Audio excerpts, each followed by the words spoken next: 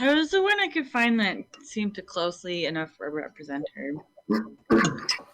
Okay. Hi, handsome. Are you going to play D&D too? That's so funny. I have Toji right here on my lap. Are they cats? I'm sitting on the floor at the coffee table in front of me. He's just like on my crochet, He's your staring at familiar. me with mushy eyes.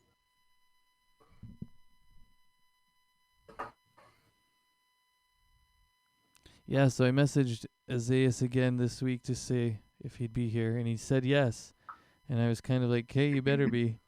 But he's already late. We'll see what happens.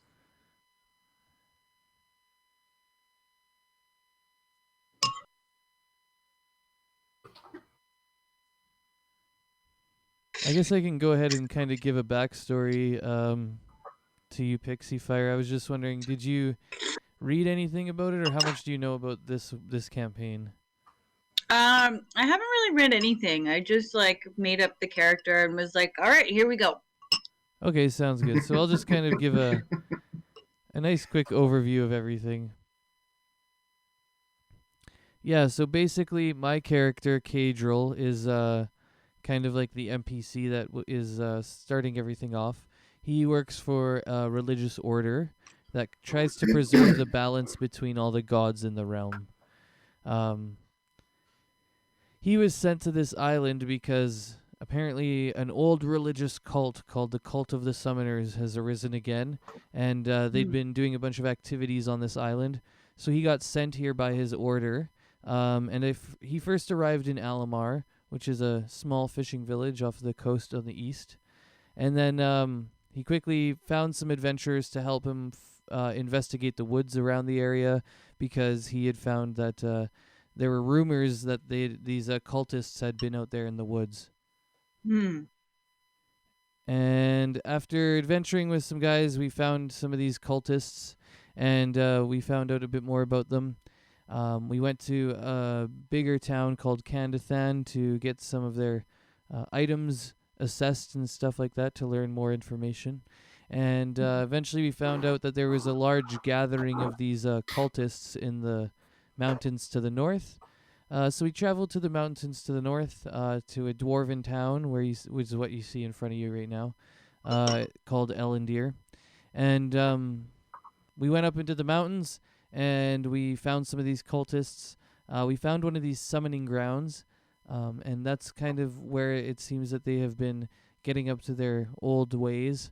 The cultists themselves were an old religious order that was trying to bring gods from other planes, specifically the undead plane, into our realm so that they could take it over. And yeah, oh, looks like Azaius is here. What's up, Azaius? At least in the game, so that's good. Yeah, and so we went up to the mountains there and found one of these temples, and we had found one before where they had been doing these summoning rituals. And these summoning rituals work in a way where basically they're just trying to increase their power until the point where they'll be able to summon their gods through to our planes. So they essentially have to, make a nice army here, and they have to have powerful enough magic casters that they can bring through larger creatures and stuff like that. Hey, what's up, Azaius? What up? Not much. Just kind of going through with our new character here. We have a new person joining the group, and Teddy has decided to leave. So yeah. Not Teddy. I know, I was thinking the same thing, but yeah, that's the way she goes sometimes. And Dingle won't be here today. Oh no, not Dingle. I know the feeling. At least he's still in the game. That makes me happy. Yeah, he just kind of had some personal stuff pop up. Where was I now? I'm just explaining the synopsis kind of back to Pixie Fire, aka Adri, or is it? How do you want me to say it? Yeah, Adri. Okay, so Adri, yeah, I was at the point where we had just gotten up into the mountains, and we had fought the guys up there and destroyed the kind of like they had these statues, and we destroyed those as well. And then we were able to come back to Ellandir with the help of some of the Empire people. And this is sort of just a recap now of last session as well for you, Isaias. When we came back to Ellandir, we had to fight our way through.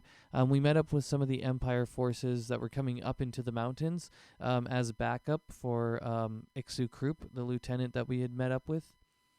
And so we met up with these more like bolstered forces of Empire people. And he let us know that he was just going to stick around with these guys for a bit and do some reporting and stuff. And then he would head back to Ellandir, maybe like a day later or something once all of his stuff was done here. And then we went back to Ellandir. And we went and found the noble. We were kind of pissed off that this noble had backstabbed us or whatever and tried to kill us essentially before, and we knew where he lived, so why not go back and get him? So yeah, we kind of went on a vengeance thing, and we went and found that noble, and anyways, we went and got him, and we wrapped him up with K-Leg, who is a druid as well, who turned into a snake. I believe it was a snake, I think, yeah. And, a giant constrictor snake. And yeah, the giant one. Yeah, exactly, yeah. And you were able to drag him away. And we were able to kind of capture him. And Kadril was able to use detect thoughts on him to the point where we could suss out all that he knew about the cultists as well. And then we dumped him in the river and killed him. Yeah, it was great. We sent him downriver. I thought it was hilarious. And yeah, nobody really had any problems with that, luckily, with our alignments and everything, so that worked out well. Now we know a lot more about the cultists. Kadril was able to find out that there's another one of these summoning temples down by Farandrill, the big city in the south, the tropical city. So we're going to be going from the mountains now down into the kind of like jungle tropics. And he also found out that there was 4 of these summoning temples that they need to find. So far, the one that we found early on in the campaign where they summoned the zombie bats from, because we killed those people, the cultists don't know about it yet. We know about that one, but they don't. And then, or at least that's what we can tell from what I gathered from that noble that we captured.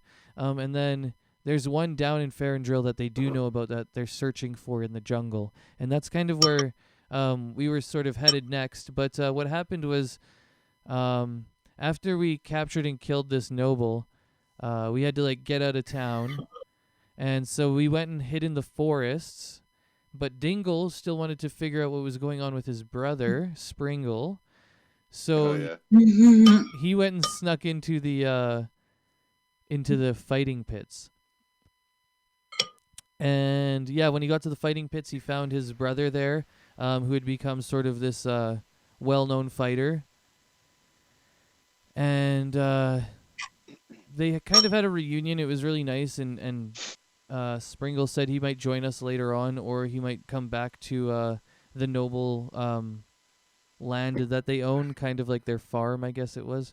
And yeah, so they kind of reconciled or whatever. And Springle said that if he ever gets bored of fighting in the pits or whatever, that he might come join us on our adventure, or he might just go back to their family home. He also said that, if we want to come back, that's fine. But then we let him know that we kind of killed a noble and are now wanted, most likely, for murder, or at least kidnapping. Well, they'll find the body soon, so it's going to be murder. Anyways, yeah, I think that pretty much catches us up. So Dingle was able to do all that. He snuck back into the forests where we had gone camping. The rest of the group had gone and set up tents and stuff like that. And yeah, he was able to find us. And now we kind of need to find a way back to Farandrill, which is all the way in the south part of the islands here. But we don't really know which way to go. We can try and do it on foot, or we can start thinking about different ways to approach this. Because if we go back to Ellandir, we can get onto the boat with Rengar. That's how we got here, with the captain. But if we do that, we're gonna have to stealth through, and yeah, I think it's probably best to do that because even if we go through the mountains, we know there's still cultists up there and stuff like that, and there's all those Empire forces that are doing the mop up. So we'd be walking into like Empire forces if we go south into the mountains. But yeah, that's basically where we left off. I'm just trying to think if there's anything else I need to touch on. Do you guys have Like anything? rumors I would have heard of since I As wasn't actually there. rumors of what? I don't know what's going on with the cultists. Like, Oh do yeah, people so know? a lot of people here in the town knew about the cultists that were up in the mountains, but then Right. we were able to find out more about the cultists from this noble that we captured. Kadril, Okay. my character, was able to cast detect thoughts on him, and so that's how Ooh. he was able to sort of suss out a lot of this information. Before we'd been operating mostly on rumors or hearsay, but now we're kind of like operating on the direct knowledge of what this guy knew as an operative of the cultists. I see. Yeah, so basically what I want to do is kind of keep us on the rails here today and get us through Ellandir so that we can get onto the boat with Rengar, because I have this thing to kind of get rid of Teddy now that his character is no longer going to be with us, and then at the same time we'll be able to meet Pixie Fire's character Adri. So, just Yours. thinking about what else we need to do before we've done our long rest. So everybody's waking up in the morning, and I guess we can just go ahead and kind of do some RP quick as we head out to go to Ellandir. So, Kadril wakes up in the morning, and it's kind of cold up by these mountains in this forest, and everybody wakes up, and he looks at everyone. And he says, "Well, we found out a lot from that noble there. It seems he'd been working with the cultists for a while. I'm not sure if it's wise to go back through Ellandir, but I see no other way. We need to get to the ship with Rengar, and we need him to give us passage and sanctuary. Teddy, I know you can get that for us, can't you?" And Teddy is our big bugbear. He's a furless bugbear, which is kind of crazy, but he looks at us and says, "Yeah, I can get passage." And Kadril says, "All right then. Well, I guess we'll have to go. We'll have to go through Ellandir. Does anybody have anything to help us get through there stealthily?" It's spicy.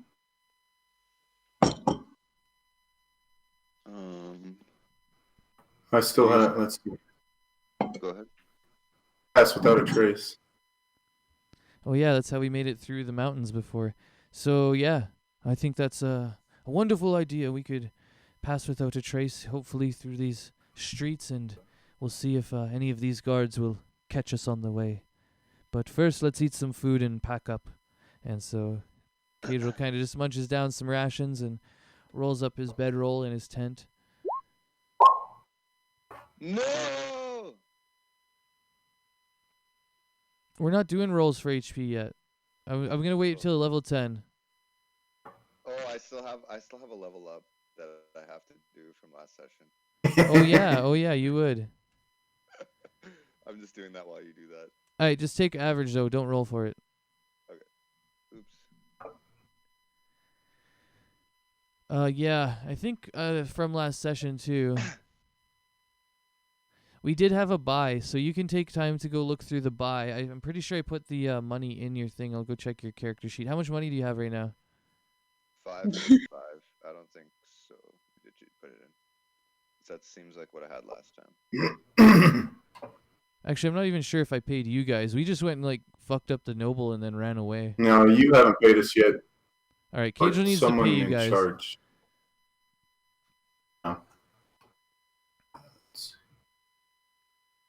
Cause yeah, I don't even think I paid you from like even after we left the temple, did we? Yeah, not since then. No, we've been missing some people and stuff. All right. So you can each add 600 gold. We're gonna pay you 600 gold here for this one, quick. What? Oh yeah, Sorry. we're running on a high gold. You're not here yet. Yeah, we're running on a pretty high gold structure. It's just because I don't like the regular 5e structure. It is so slow. it's like you don't really get cool stuff until like level 10 or like 12 or something. It's so I've kind of sped up the gold a bit.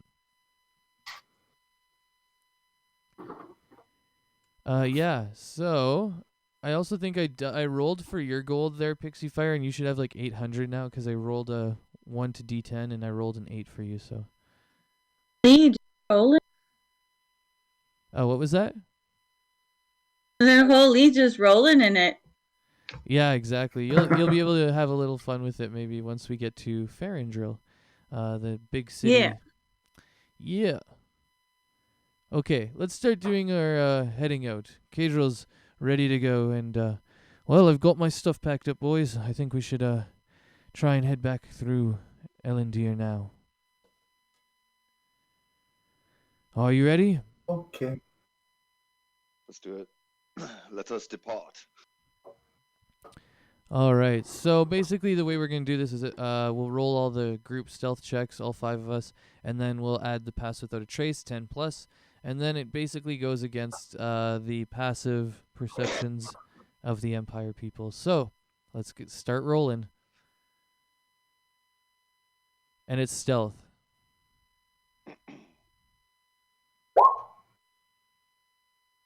All right, Teddy's getting a 14. He doesn't have advantage. I got 24 and 29 so far. That's good. Those will do it. Do your dingle.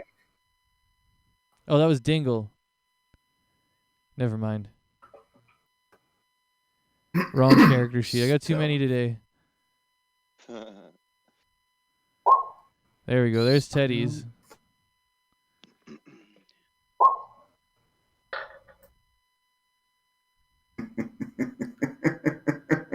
Oh, okay. Wait, that's everyone. All right, that's everyone. All right, so as you guys are stealthing through these alleyways and stuff, kind of passing without a trace. Actually, wait, how big is pass without a trace? Is it an area? Back there. Am I doing it right? All right, yeah, you're concentrating on this spell here, Kaleg, as you're making us pass without a trace in the alleyways. And then yeah, you end up stepping on a cat's tail, and it just screams really loudly. And as we kind of exit this little alleyway, some guards look at you, Kaleg, and they immediately recognize you, and you can hear them screaming, "That's them! That's the murderers!" But Wait. Okay, go ahead.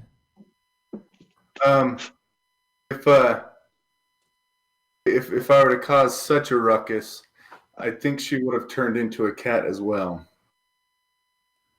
Okay, that's cool. All right. So you turn into a cat, and these guys are kind of yelling, that they found you, and they're starting to run over to you. But as that happens, Iksu Krupp, the lieutenant from the mountains, jumps down with his brigade, his veteran and his priest, his 2 lackeys that he had, and he looks at your guys' group and he says, "I know what you're doing. You're making the world a better place, and you're fighting these cultists. I wish I could be at your side, but I'm stuck tied to the Empire. Go, get out of here. I'll make sure these guards don't get you." And you can see now the priest is like throwing his sacred flames out, and the veterans like charging into battle against these guards. And it seems that Lieutenant Iksu Krupp is essentially sacrificing his career to get you guys out, because he knows that you guys are the real thing. You've been fighting these cultists, and he was kind of pissed off about the way the Empire's been treating him anyway. Wow, what a homie. Can I, as a cat, kind of, I don't know, pretend I'm mauling him to look like a distraction so that he didn't let us go, he was distracted? Yeah, that works, actually. Yeah, that makes more sense. After that, you're like, yeah, I'll really sell it, and you guys actually roll performance. Yeah, I know, you didn't expect that one. After thinking about it, I did, but All right. Well, it turns out. Well, you guys, it's just Kayla who has to roll it because he's pretending to Oh. attack the guy. But yeah, you guys, you kind of sell it. We'll see how that plays out in the future if we come back to Ellandir. At this point, you're unsure if you've sold your performance 100% or not. I pretend to maul him, and then when I think I'm done, I pat him on the head and run off.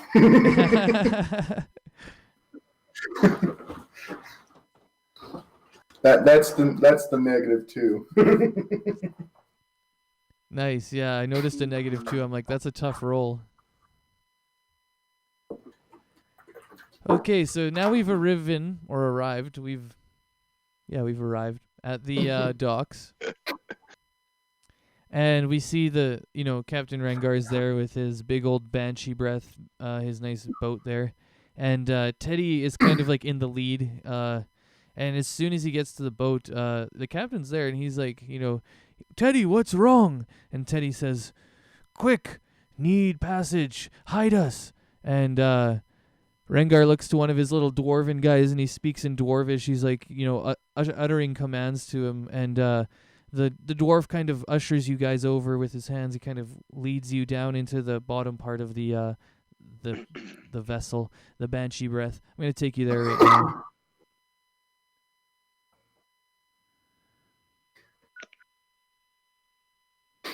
Do. All right. And yeah, and so you guys are kind of down in this bottom part, and I think everybody's there now, right?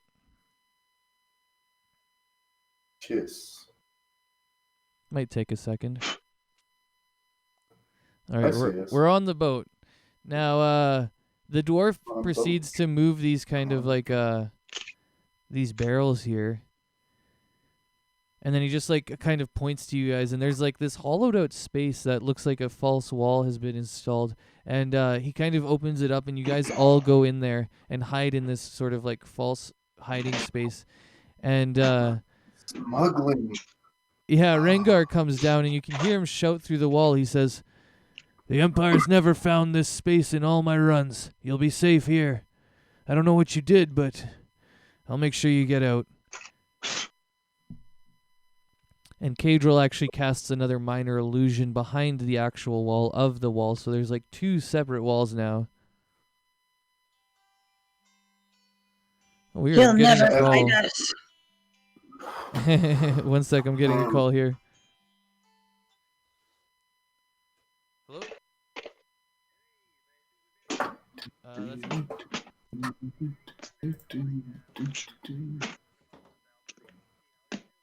Good.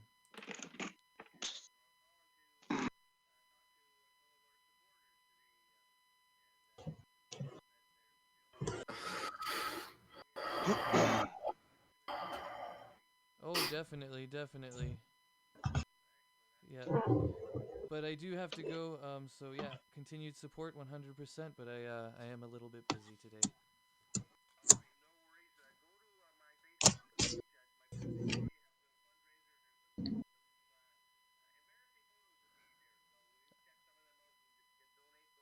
All right, I'll give it a check out. Thank you very much. Dazan. D as in dog, yep. 2 Zs. Yeah.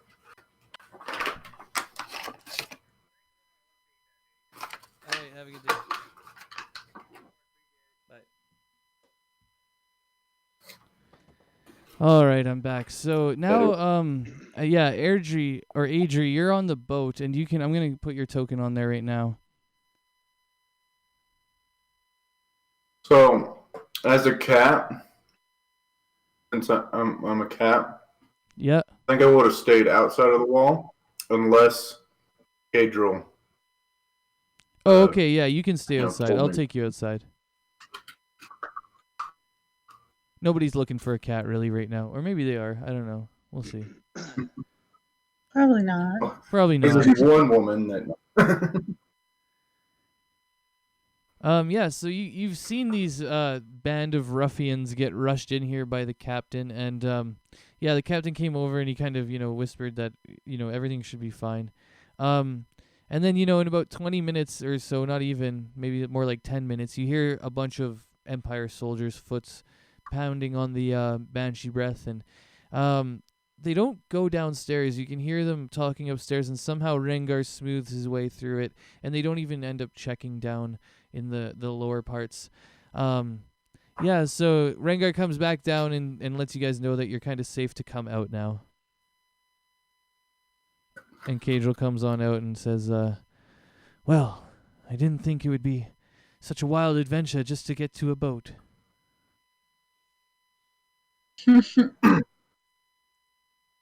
I'll be off little in front of the captain. I'll pop back out of cat form and be like, Captain reporting for duty. Oh, little old K-Leg. It's good to see you again. I'm glad to see the mountains didn't get you. You must be pretty tough. Yes, I am. All right. And now Rengar, he's going to come back down and he's going to talk to Cadril because he's got to discuss some terms. Cadril and Teddy. So yeah, he comes down and he comes to the group and looks at Cadril and he says, well, last time I said you'd have to do some work to gain passage, but I think right now you're going to owe me an explanation and maybe even some gold if you want passage. And Cadril just looks at him and says, well, we've had a bit of a run-in with the cultists and we're needing sanctuary.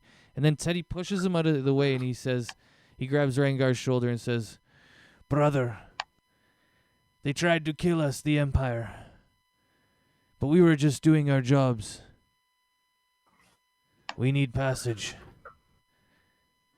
And Rengar looks at Teddy and he says, Teddy, this time I think I'm going to need a lot more than just a few chores. I think I'm going to need you to stay on with my crew, maybe for a couple weeks. The Empire will probably be looking for you when I get to Farandril as well. And this is more than just hazard pay now, Teddy. This is, you've kind of gotten my crew implicated in this. And Teddy looks at Cadril and he says, well, I think I have to do it. We owe him our lives.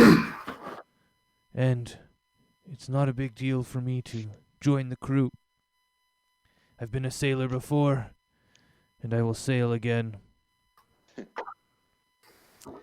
Yeah, and Cadril just looks at him kind of bleary-eyed and a little sad, and he says, Teddy, are you sure you want to join Captain Rengar's crew? And Teddy just looks at me and says, yes, Teddy, sure.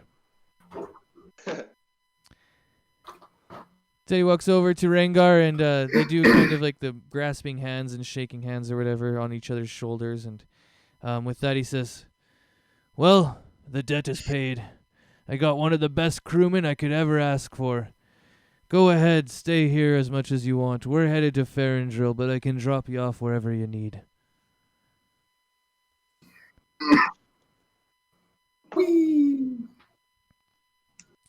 All right, and with that, Teddy and Rengar go up top, and they start kind of having a discussion about where he's gonna, sleep and all that. Oh, bye, Teddy. Bye, Teddy. Teddy is no longer part of the party, but at least he's not dead. I feel like sometimes I just kill all the party members who leave, but sometimes you gotta just not kill them, and you gotta role play them I feel out. like there's like a silver lining of hope that he might join the campaign again at some point. Yeah, true. He might show up as an NPC whenever. You never know, right? Because we need that tank, man. We just lost our tank. Oh yeah, but we're getting a new person in here. You're kind of a tank too. You're like a half tank, You're like a damage tank. Yeah. I know, but I'm not as tanky as him. He was like, with me, Zeus and Teddy, it was just like, okay, we got the fighting. Yeah, It's coming, so. we're gonna have to rely on some of our new people to do some things, or Adri a bit to do some things, but I'm sure we'll be fine. And Kayla can take too with some of the other forms that she has. Sure. On that, can I only turn into animals? Huh. I think you can turn into like humanoid creatures. I don't know. I'll have to check Because that. it says beast, so I didn't know if I could turn into a bugbear because I don't know what. No. Because isn't it technically classified as a monster? I'll look up bugbear, but it has to say beast. There's all the types. Okay, that's what I thought. Yeah, I have a thing pulled up with beasts on it, so I can do. So, so Kaylee's gonna go up to the new face and be like, "Are you new to the captain's crew too?" That'll be you, Adri. He's talking to. Oh, me? No, I'm just taking fair passage across the sea. You chose a good boat. The captain is good. I'm glad to hear that. It makes me feel safer. I didn't say it was safe. I said Fair. I'm sure nothing in this life is. Kajal comes over and he's like looking at you guys talking. He says, "Ah, Kaleg, I see you've made a friend." Hello. Why, hello. Maybe. Yes. And what's your name? Adri. Oh, nice to And meet you. yours? Mine's Kadril, and this is Kaleg. We're just traveling our And- way to Farandril. How about you? Anywhere this boat takes me, I think is fine. Fair enough. A free spirit. Better than where I was.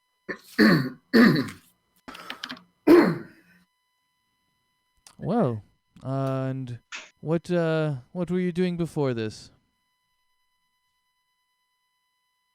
They're trying to make me go to school, but I just think there's too much in this life to waste it in a classroom reading books. Nice. That makes sense to me. Although I spent my whole life in classrooms reading books, so sometimes I envy the free spirits, I have to say. I wish I would have gotten out into the world a bit earlier. Well, you're out now, so that's what matters. Where are you guys off to? Well, we're off to Farandril, and it seems we've just lost one of our campaign mates to secure passage on this boat. So it looks like we're going to be looking for somebody who's powerful to join us once we get there on quite an adventurous adventure. Oh, that sounds enticing. Yes, we're going to see if we can find these cultists that have been plaguing the island. Cult? Yes, have you encountered any cultists on your Oh, adventures? yeah, the cultists. Yes, have you I seen have any? not encountered any of them myself, but I've heard the rumors. Yes, well, it's probably good to steer clear of them, but we've encountered them up in the mountains, and the threat is very real. So we are trying to help the Empire in fighting this threat. Sounds like a noble cause. Anything here to do damage to the land is an enemy of mine. Yes, we've noticed that. Are you a fan of the lands? Pardon? Are you a fan of the earth? Aye. This is not earth. And the sea? And nature all around? Aye. Yes, Gabriel. I think I found a new friend. Me too. And Well- then Isaiah walks in from the back and says, I believe in these values. They align with mine as well. I'm glad to hear that. This adventure's off to a great start. New friends already. Yes, there's new friends abound. Well, I guess since we need a new partner, maybe we should ask if you'd want to join. Let's have a drink. Yeah, actually, Sure. let's have a drink first. Maybe we'll learn a bit more about you before we ask if you want to join. Okay. Who's got liquor? I'm not sure if I do, but maybe Dingle does. Our little gnome friend. I think me and Dingle still have some of that ale left, so we'll bring it out and pour it up for everybody in mugs. All right, sounds good. Let's get that ale going. Oh, all right, guys. I don't got any ale left, but I do got some gin left. If you want some gin, I've got some gin here. Okay, I'll take it. I'll take some gin. All right, here. Let me get the shot glasses here. I'll get one for everyone. All right, so we got some beers and everything, and Cadril holds his up and he says, "Cheers to adventure and friends." Cheers. Let's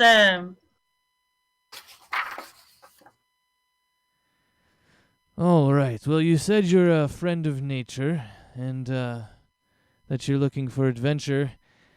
I'm wondering if you're any good at fighting. That's something we're gonna need to know.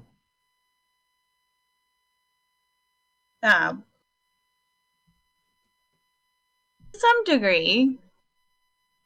I've had to do my fair share of battle training. Okay, and I'm wondering maybe if you can do a bit of healing as well. Is that something that you're skilled in? Most definitely. I've always found that useful, especially when tending to the creatures of the forest near my home. Yes. Yes, Kaleg here grew up in a forest, so she has many experiences with the animals in the forests.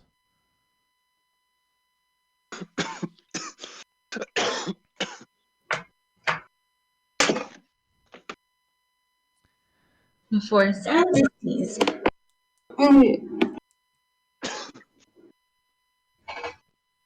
All right. Well, once we get to Ferendril, I will be paying my crew for the hazard pay as we go into the mountains.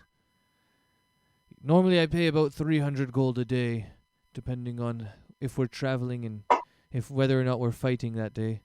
Do you think you'd want to join us? I know Kaleg here could definitely use a friend on the road. I've got Dingle here. Dingle's my pal, and Isaias is a pretty good guy, but I think Kaleg needs some more friends. Well, I'm not doing anything better, so I wouldn't mind starting off with y'all. What do you think about that, Kaleg? I will never turn away someone of the nature. Well, that sounds good to me. All right, let's have another drink. And Dingle pours another one for everyone, another gin shot, and he holds it out to everyone. He says, "All right, who's having another?" Hi. All right, we all pour him back. Everyone who's having one, and at this point now, it's kind of getting closer to like noonish because we've made our way through the city and had that whole interaction, and then we hid in here for a bit. So it's kind of midday, and Cadril is like, "Well, I'm famished after running through the city like that. It was such a crazy adventure. I think we need to go up top and maybe have some cookout with the dwarves."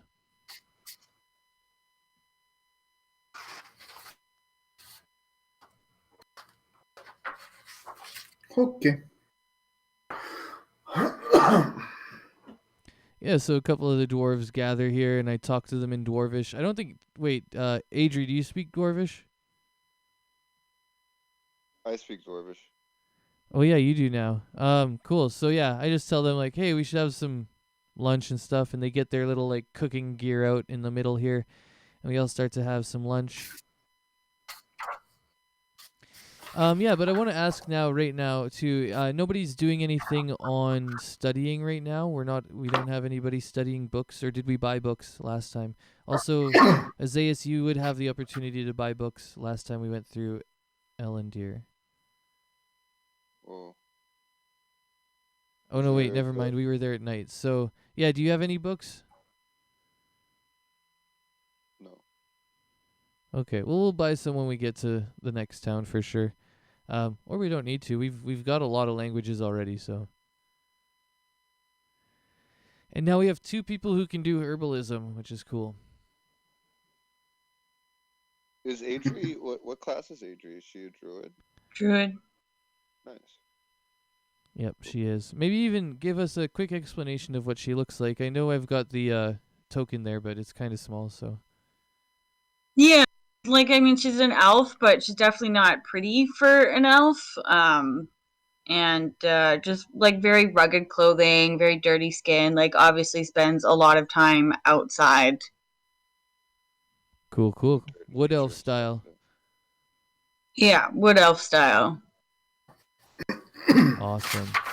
Yeah, so Cagel's up here just kind of having a quick little lunch here. I'm just wondering, can everybody move their own tokens? I'm just gonna ask that now. I can.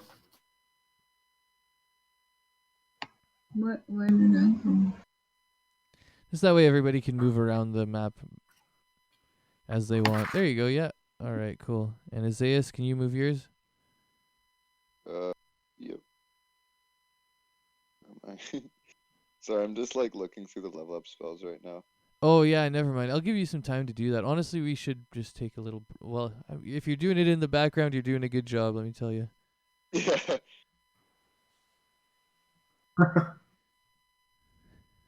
Okay, so yeah, I'll just move you up there. Say that you're having a little bit of food with us. I moved it. And then I'll get Adri, since you're just joining the party, you get to roll this one. You can roll a D100 for me. Okay.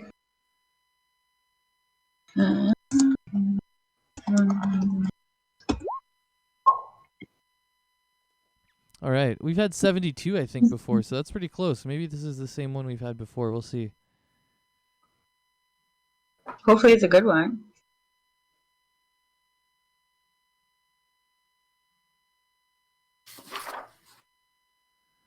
Okay, it's always random, so but this Yeah. one's pretty chill. There's 3 high elven sages kind of at the front of the boat, near the pier or whatever, the bow. Anyways, I don't know boats too well, but I think it's called the bow, the front of the boat, and they're sitting there and they're in a really heated argument. They're like all yelling at each other in Elvish. Which like 4 of us can understand, which is pretty cool. Everybody here, at least today. Dingle can't, unless maybe he can. But anyways, everybody else can.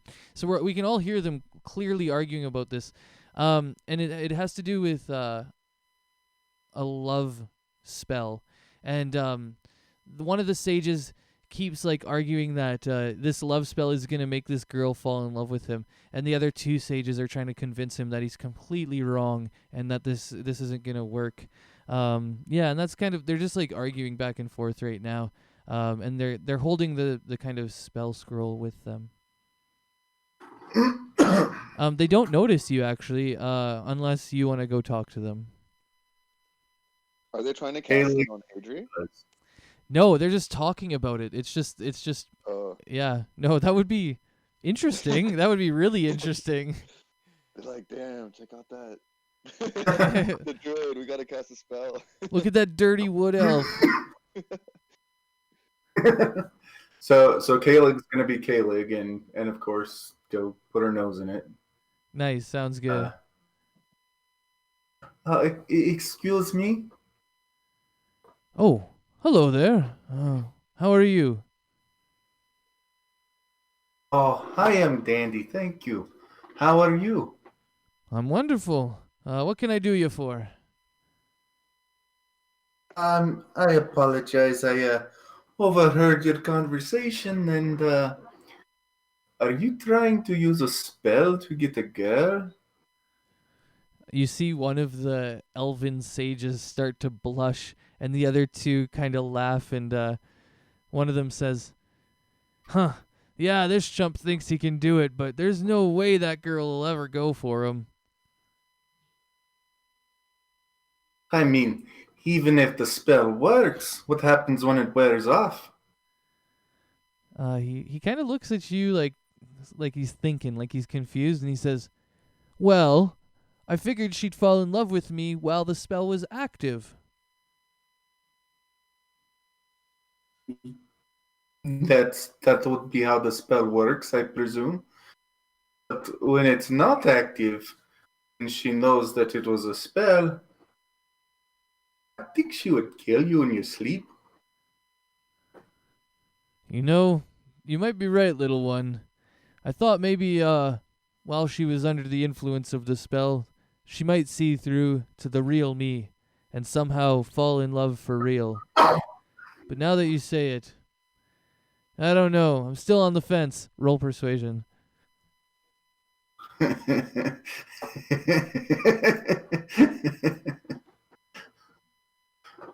-2 comes out again. What is it? 14. Oh, that's pretty good. Yeah, he's like, you know what? I'll think about it. I'm not gonna make up my mind right now, but you've definitely given me something to think about. And the other two guys just throw their hands up and they're like, where were you an hour ago? He hasn't listened to us for a whole hour. I was downstairs. Well, I'm glad you're here now. Thanks for helping sort out my buddy here. Oh, no problem. All right, you know what? And you get an inspo for that because I don't think I've been handing out inspirations yet. Have we handed out any inspirations yet? I've done it in my other one, but not here yet. I don't think so. This is my. I don't recall you giving any out. Yeah, and I got to get on that as a DM, so we got to What go. is an So inspiration, anyways? I like that. An inspiration is a dice that you can add anytime, and then you get it for playing your character super well or whatever, or at least sticking to the role of the character. So when he said he's gonna go stick his head in it and then just did all that, he's like that was like very K-leg, right? Like that was the character. Yeah, so that's kind of why. And you're supposed to give them out as a DM, and then like one of my friends was like, "Yo, you got to do that more," and I was like, "You're right, I do actually. That's my job." So. So what do you spend them on then, or what do they use for? It's like for saves and stuff like that. I think it adds like a D6, right? I'll look it up. Or you guys can look it up while I do this, but I think if I remember correctly, you can throw it on any save at any time. It's like a global inspiration that you can drop anytime. Okay. So say you fail a save by like 4 or 2 and you think you can roll inspiration to get it, and I've given you an inspiration dice, that dice can be applied then and you can pass that save. Sweet. Yeah. Where is it here? Character advancement, inspiration, using inspiration. Yeah, there's some stuff under rules. An attack roll, saving throw, or ability check. Thank you. Attack roll, saving throw, or ability check. So that's pretty much everything. And what is it again? It gives you advantage on that roll. Oh, okay. There we go. Yeah, there it is. So there's, yeah, you guys can see it under there, using inspiration. If you go into the compendium and look up inspiration, you'll find those rules. Sweet. So yeah, it's kind of like a nice thing to give to everybody. Hey, what's up, people tuning in on Twitch? Much love.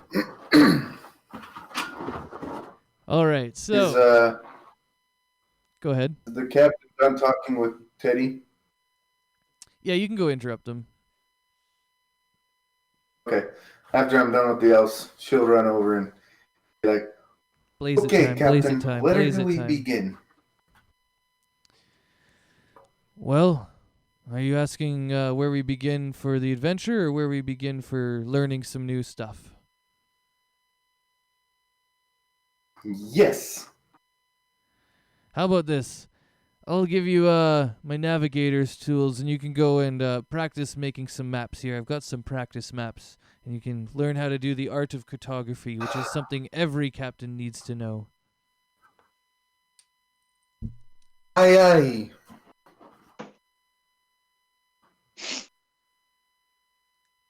Just a little backstory, Adri.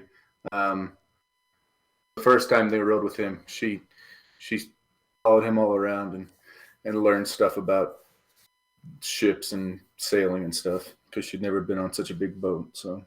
Oh, nifty. Yeah, and Rengar really liked having somebody around who was interested in learning, so he was like teaching her how to mend sails and do all sorts of things. Isaias and Dingle are just getting drunk and chilling right now. Dingle is so down for that. He grabs you by the shoulder, Isaias, and he's like, Oh, Isaias, my man, you're probably the best adventure mate I could ever have. I think I like you more than my brother. I don't even know what to say to that, Dingle. Thank you. Hey, no problem. Let's have another drink. Cheers. All right, at the end of this too, we're getting to the end of the gin bottle. His gin bottle's getting a little empty now. I'm gonna bust out my lute and start playing some tunes for everybody. Sounds good. But it's pretty sloppy because I'm quite tipsy. Cagel's like, you're missing a few notes, but it's all right. I don't mind it. Any requests, anybody? Can you sing in Elvish? Okay, I'll sing the one about the sacred elvish tree, and I proceed to sing. And while I'm singing, I like burp and hiccup in between, and it's really funny. This is one of my favorites. All right, and the captain comes down and he looks at everybody who's having a good time. He says, "Well, I'm glad you guys gave me Teddy, but I'm still probably going to make you work a little bit as we go. We got 3 days sailing down the coastline of the island here all the way to the south part of the island. And, well, usually it's not too hairy around here until we get down to the south part by the jungle. There's a lot of creatures in the jungle, and sometimes they like to come on out and challenge us when we drive through there. Things from the sea or even things from the jungle, things from the sky. There always seems to be some monsters around there.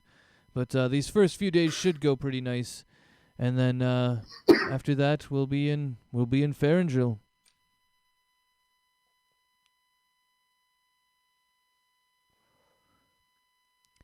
So yeah, okay, like since he's given you navigator's tools, you could start learning that. So am I learning navigating or cartography? Oh, are they different? I thought they were the same. I thought they were all in one. Yeah, they're different. Oh, I mean, navigating is, I mean, having a map is helpful for navigating, but you're totally cartography right. is of maps. So you're learning to navigate. You're not learning cartography. I didn't know cartography was its own thing, but it totally makes sense. What would navigating really have to do with? Anyways. So yeah, you're learning navigation, and yeah, you can do that for the 3 days here, that we're riding. But yeah, everybody else, you guys can explore this this boat. There is a few more people on it, like travelers as always. And just for some background, the Banshee Breath was like a big vessel that this guy uses to transport usually just a bunch of fish. And so there's barrels of like salted fish in the very, very bottom of the Banshee Breath. Okay. Is that where it gets its name? Is from the smell? It was from all the banshees that he killed, probably, but or the undead that he used to kill when he was part of the Empire. But now that he's retired, I think maybe it is about the smell. Hey, what's up, Twitchers? Much love, guys, for tuning in. Just on a smelly boat right now. Smells like fish. But yeah, if nobody really has much more to do as far as like role playing, we could just push on through these next 3 days. I don't think there's many other like tools that we have or anything we're studying. Just for you, Adri, the way we work proficiencies in this, there's like a little handout in it in journal, and you can read through it a little bit. It's There's called, what? Oh, there's a little handout in the journal. It's called Training Proficiencies, and it'll teach you about how we run proficiencies in this game.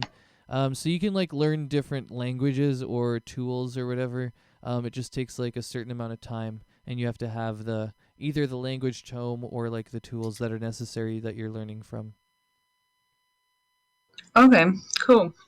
Oh yeah, and training a proficiency in a tool costs about 30 gold per day. So If you want to keep learning with those navigator's tools, I will need you to take 90 gold out K-Leg of your character sheet. And that's just for the cost of the materials, like sheets and stuff like that. Or whatever navigators use. I don't know what they use. Ink, maybe? Compass. Compass, there we go, yeah. One of those things. Oh god, I forgot can't the remember what name. it's called. Quills? No, it's pointy tool. and goes there. You can draw a circle and Yeah. Oh, yeah, I know what you're talking about now. I didn't originally. All right, yeah, so you spend all the money on buying that stuff and getting better with it. So what you can do in your character sheet too is you can add what's called a resource, I think. But it's like where you keep all your bolts and like where you would keep how many wild shapes you have, I believe. You can add one of those just to add in navigator or navigation, and it'll be a total of 9 days, and you'll be able to add 3 currently.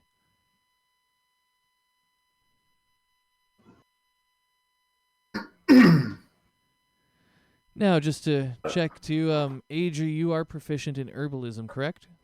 Yes.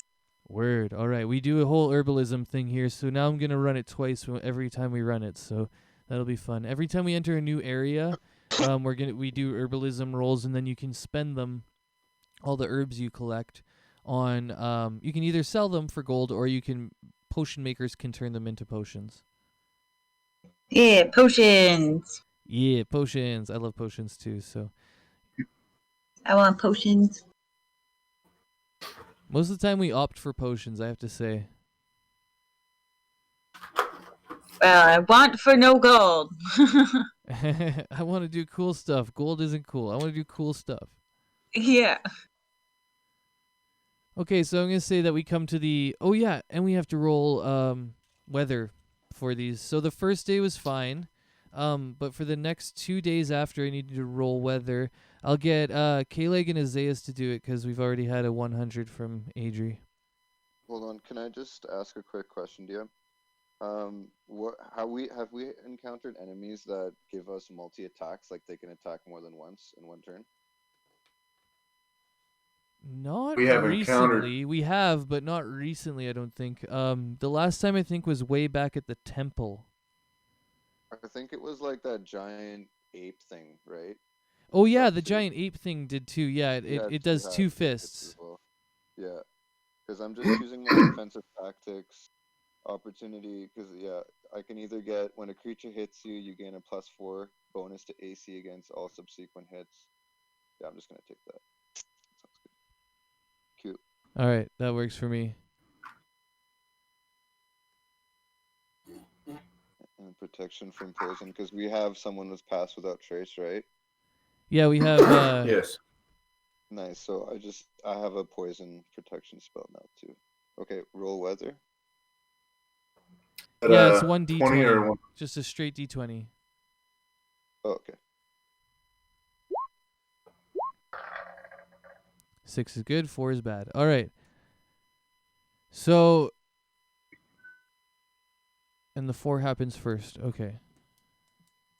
Okay, so the second day of your travel, the 2 out of 4 days of your travel, there's a big storm. And I'm talking like thunder, lightning, everything, huge waves, and it's hitting the boat pretty hard. And after, a few hours of this, everybody's gone underneath already because of the rain. Unless somebody wants to stay in the rain, that's totally fine. But Cadril's definitely going down below. And the captain's up there, and a bunch of the dwarves are down below and everything. And then, if you're down below, you can hear it. If you're above, you can see it. But essentially, a large lightning strike comes and hits one of the masts and cracks it. And we can see now that the mast has fallen on at least the top of it, but it seems to be in at least one good piece. Like it didn't crack into like a bajillion pieces. It just was split at one point. But yeah, everybody up top here. If you were up top, you're gonna roll, and I'm going down below. I was down below. I just haven't moved my guy yet. Looks like we got K-Leg. Teddy is up there because he's with the captain. And I'm punishing his character. And where's Dingle? Did we lose Dingle? All right, I don't know where Dingle's character is. Wait, are you on top of him? No, nobody's. I don't think anybody's on top of him. I'll bring him in. But anyways, Dingle went down below. He's like a noble. He is not like, he's not trying to stand out in the water, you know? I want to hang out with the folks on the boat, make sure they're all okay. Okay, sounds good. A lot of them seem kind of shook up about the fact that this mast would just made such a loud bang. But everybody's doing pretty well. It's just the first day of the adventures, so we all seem in pretty good spirits. But you can definitely hang out with them, and mostly they're all just it's a mixture of like humans and dwarves. And the dwarves mostly speak Dwarvish. It's their because they're so secluded at the northern part of that island. But yeah, as that happens, Rengar comes down and he kind of explains to everybody as he's looking out at everybody underneath the deck, and he says, "We just had a mast fall. I'm gonna get Teddy and a few others to help bring it back up, but it's gonna add at least another day to our adventure."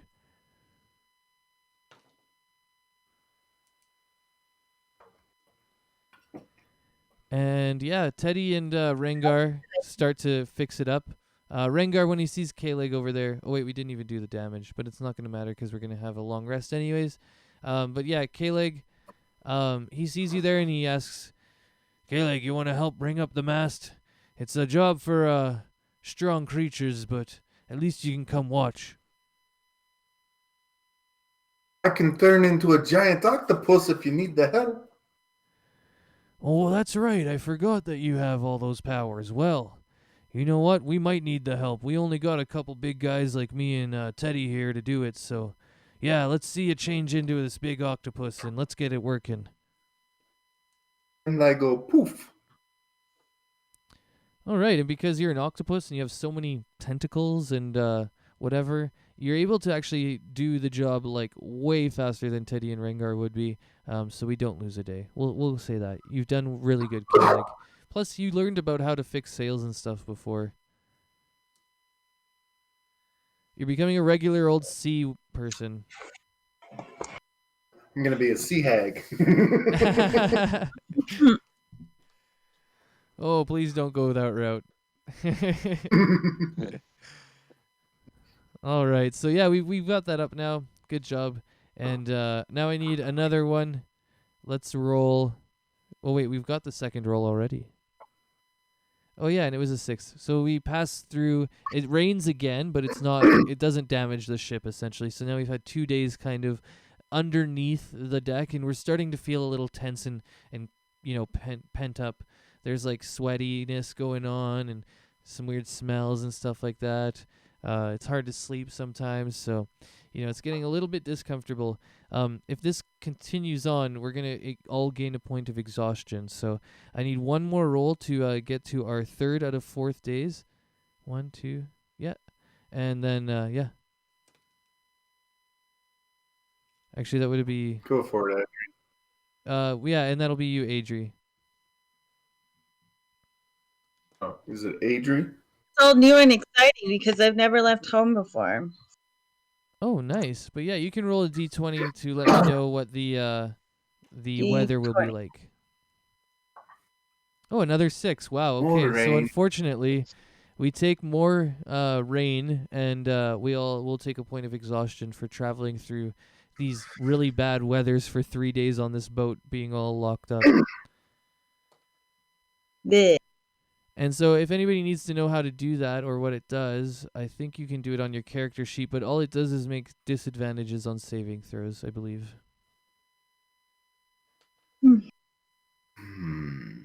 So, yeah. Oh, it's actually just ability checks. It's just ability checks, not saving throws, so it's just ability checks. And I can just keep track of that for you guys. You don't need to do anything on your sheets for yourselves. I can handle that. Alright. If it's not already on your sheet, though, and you want it, though, you just go to the settings in the right column, 2/3 down, or almost all the way down, actually. It says show exhaustion tracking, on or off.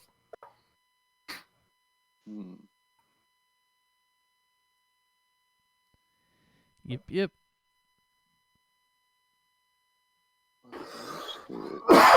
Oh, show exhaustion tracking. There we go. Hey, what's up, Twitchers? Much love for tuning in again. We have another good time here out here. We're about to get into a battle pretty soon.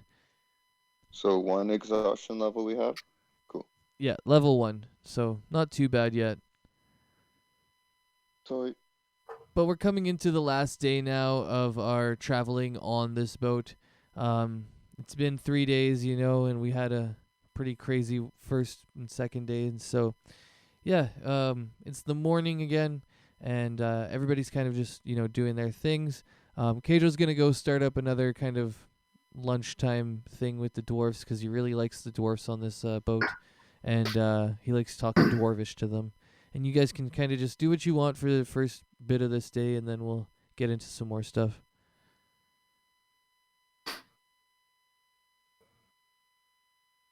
Yes, hey, what's up, Pepper? Legs. How much love you, Pepper? I'm going to be on the bow saying, go that way, Captain. Captain says, all right, I'll listen to you. You tell me where to go.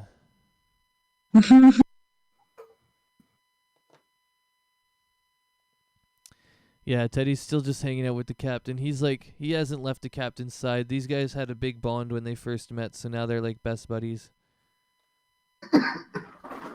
Hey, what's up, Rice Baby? What's up, Pepper? What's up, everybody tuned in? Indentured servant. Yeah, and now slash kind of slave, honestly.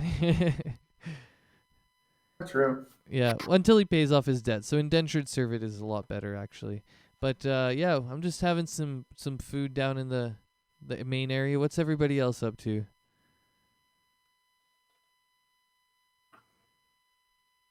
Chatting with the other visitors. Oh yeah, and are you above or are you below chatting? Above now? Because it's not raining, right? So yeah, now we can all come up above, yep. Yeah, everybody wants to be outside, I assume. All right, that works. Okay, and so you're going to stay, where are you going to be at? The bow? Yeah, probably around here, watching, what's coming ahead of us. All right, that works for me. Dingle and K-Drill are just hanging out here. We're munching down. Dingle's got a little bit of a hangover that's been carrying on, so he's kind of like sickly after that first day of drinking with Azaius and then being stuck in the basement. He's not doing so well. He's pretty unhappy with the quality of life that he's feeling, especially being a noble. And Teddy, like I said, is back here. Yeah, I think everybody's good. Azaius, you're just looking out over the water, I assume? Yep. All right, cool. Yeah, so it's about this time that we here at the front of the bow. Oh wait, usually I have one of these guys. I got to move my scout dudes. There's one of the dwarves up there up front with you, Adri. Yeah, and it's about this time that the scout is looking over the water, and he kind of points out to the horizon a bit, and he looks to you, and in really broken common, Adri, he says, look, there. And that's all he says, and I need you to roll a perception, and he's going to roll a perception too.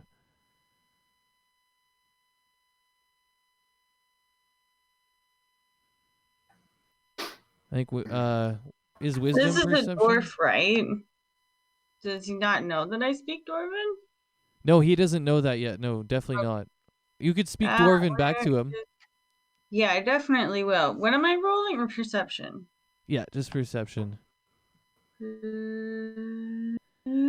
Perception.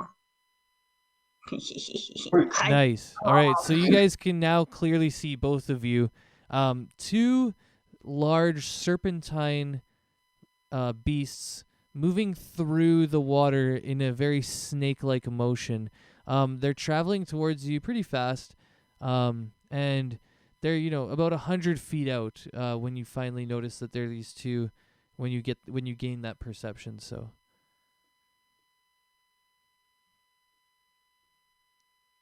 What do you do? So I call out a warning. All right, you call out a warning. Yeah, call out a warning to other people. Cool. Who's nearby. Sounds good. In just common, I assume. Yeah, probably. Yeah, screw the dwarf who's there. Well, now that you've got a I good could say it perception. is it mostly dwarves on the boat, or like? Oh, it's about the half and captain half, so it doesn't dwarvish? matter. Yeah, it's about half and half. The captain speaks both languages, so you could yell in Dwarvish if you want, but it doesn't matter.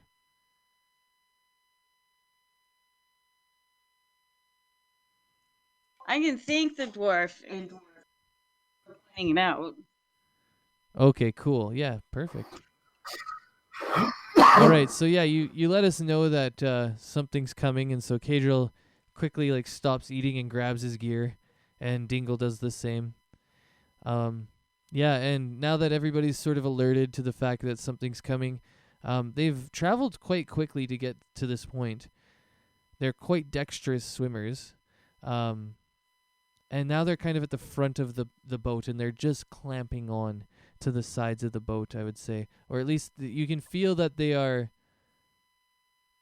close. I'm just going to say they're close, actually. They're in the water still, but they're going to do some cool stuff. But, yeah, so you guys have, just basically you can ready one action right now, like a movement where you can ready an action, or you can move. Yeah, move or ready an action essentially is what you get. You get one of it, so 130 feet or whatever your movement speed is, or you can prep something because you guys passed the perception well. Well, Kalik's gonna ask the captain if we're in danger. Yeah, Rengar grabs you and he says, "We're in danger. Get ready for a fight." Prep my And bow. then I will get ready to shapeshift. All right, we've got a bow prep.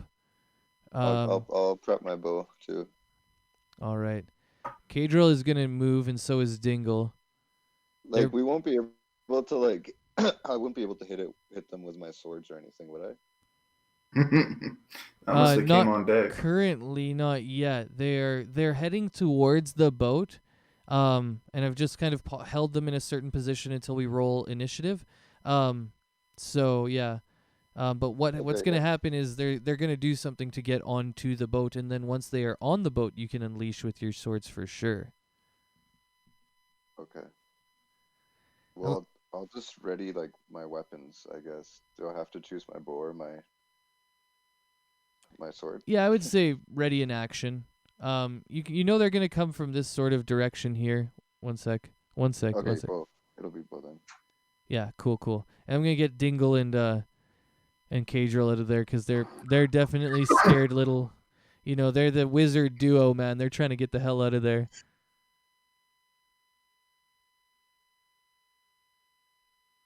Oh, I mapped it before. Move, I guess, up here.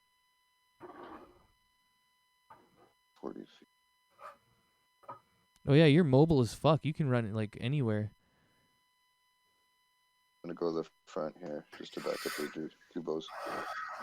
All right, cool. Now we're gonna take a second here, everybody. We're gonna go ahead and we're gonna roll in our initiatives, and then I'm gonna do a round before that where they do some stuff. I see Azaius. All right, let's go. I got a lot of clicking to do, so I'll be a minute.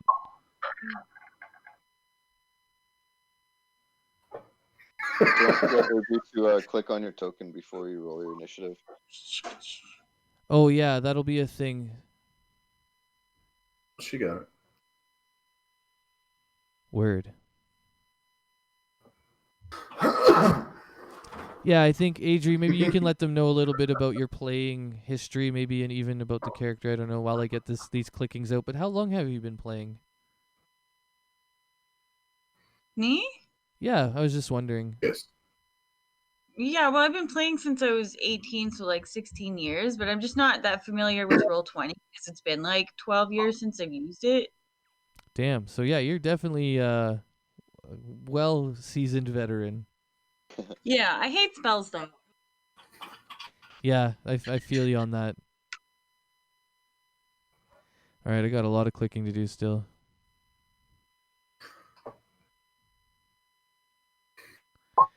I swear it will come soon.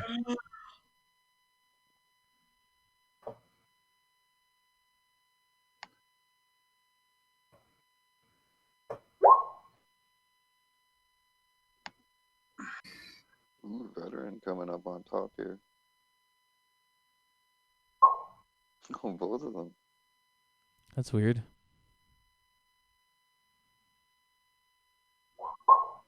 Good. At least I know it's not bugged.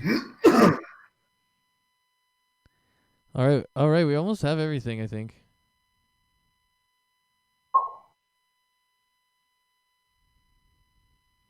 We got a lot of fighters in this one. Yeah, this is honestly a huge fight. This is like a huge fight. I had set this up to be a huge fight. Probably one of the biggest fights we've come across yet. So, just happened to be my. today. Cue the Final Fantasy battle music. Go. Yeah, let's go.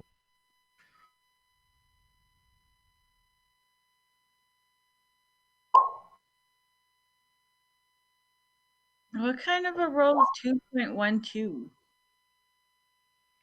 Yeah, I don't know. It's weird. We got 4.16 out here. I don't know how it works either, but we'll just take the 4 and the 2. But I know what you mean. There's something you can click where it adds something so that if there's ever a tie, it takes dexterity something. And Okay, that's what I figured. So if like we had a 2.32, they'd go before you. correct. Okay, cool. All right, I'm just looking over this turn order, making sure I got everything.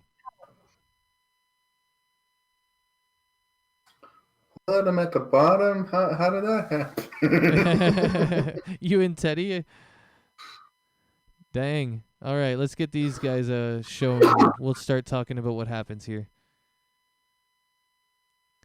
So yeah, these large serpentine creatures, in Dwarvish, one of the dwarves just turns back and yells Naga. The one at the very front there. So anybody who hears that in Dwarvish would know it and knows what a Naga is potentially. But for those who do not, it is a large serpentine creature, and I will show it right now on the token layer.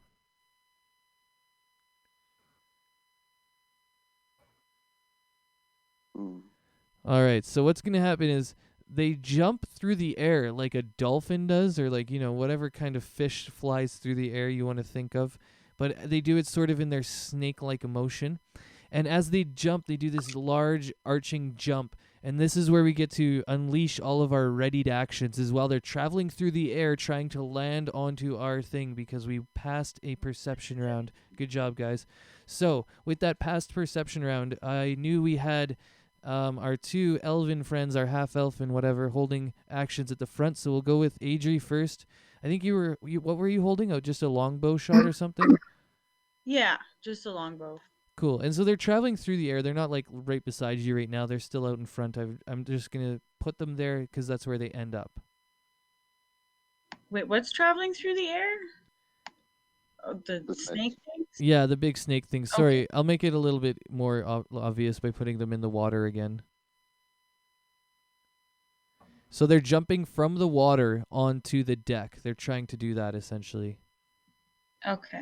And you can go ahead and roll your shot because we're holding actions as they do that. You knew they were coming essentially.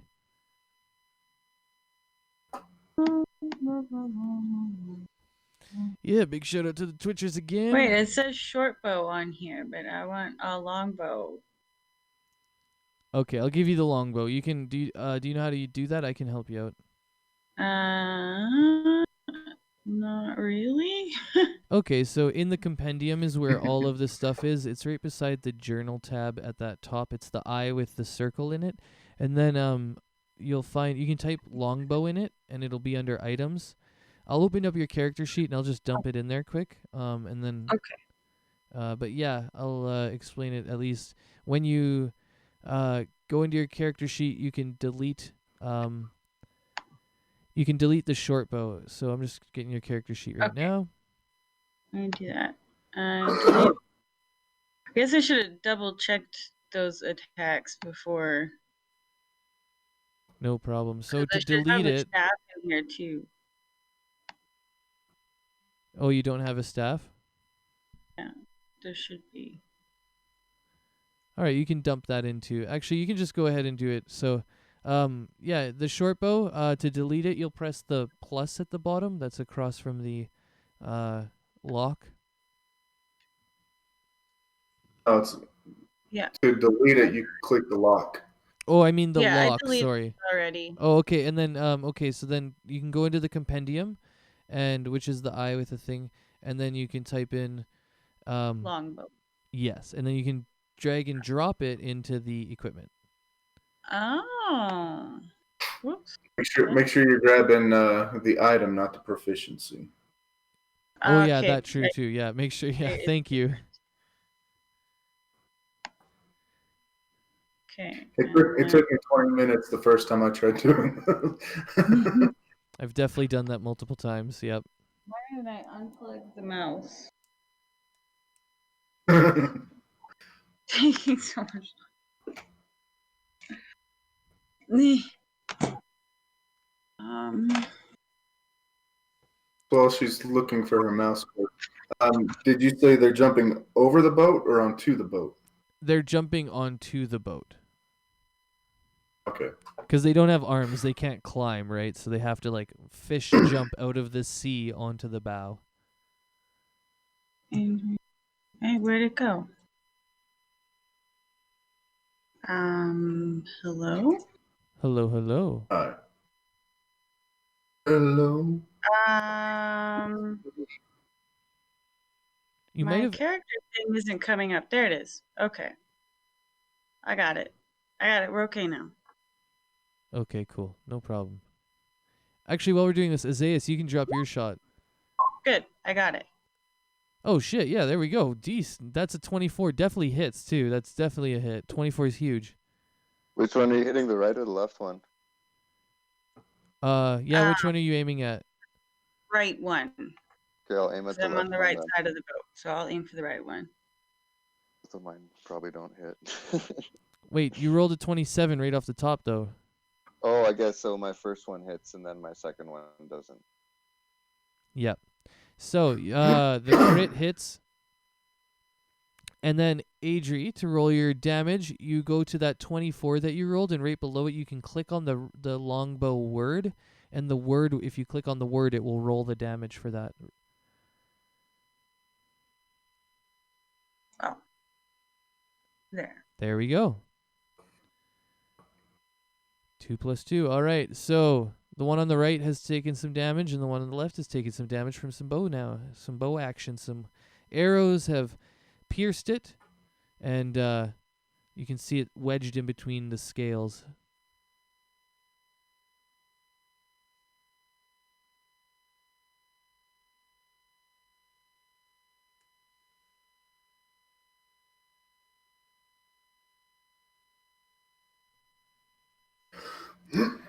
Okay, so now I'm just wondering who else was holding actions. Dingle and Cadril moved.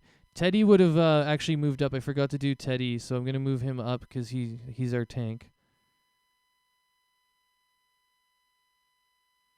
And he would have had his like classic crossbow, heavy crossbow, ready to go. His silvered heavy crossbow that he loves.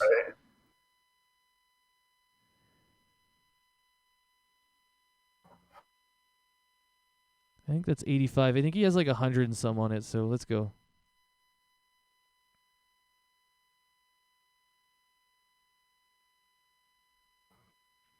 And he makes a multi-attack on it. The one hits, the other doesn't, so I'll roll the damage on that. 7. And Rengar is actually just taking that whole time. He's moving to one of his magic ballistas that are behind him, and that's the same thing his little scout dude is going to do back here. Oh snap! I forgot about those. All right, and then I guess K-Leg, did you move or did you ready anything? Not yet. Okay, sounds good. And the So other dwarves are gonna move up. That was their whole thing.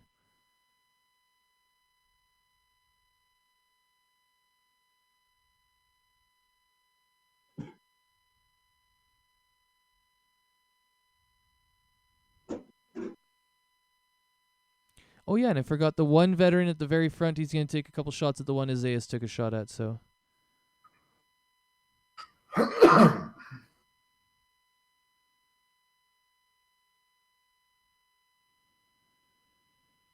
one hit, one miss on the hit. The 20 is a hit,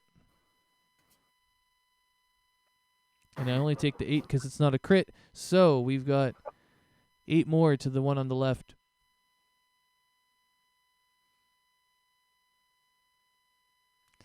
As more arrows land in the sides of these Naga. And that will be the end of the beginning round of them moving through. And then we will get into the turn order. And they have now landed on the bow.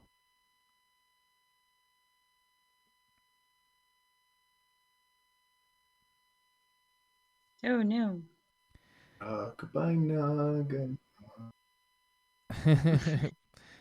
I am Somebody now cast cut sleep. off. Just kidding. Oh, okay. It's a whole bunch of the dudes. Okay, so the dudes just do simple shit. They just like run up and attack. All 3 of them. Oh wait, one of them's on the magic ballista. So 2 of them run and attack. Hey, what's up, Duke? Much love, buddy. And then the one's gonna use his magic ballista, and then the other 2 are gonna attack.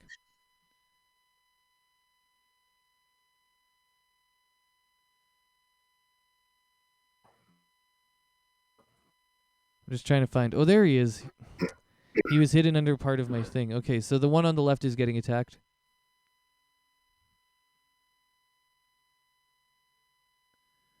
And they do a double attack, these veterans, just like the old scouts did.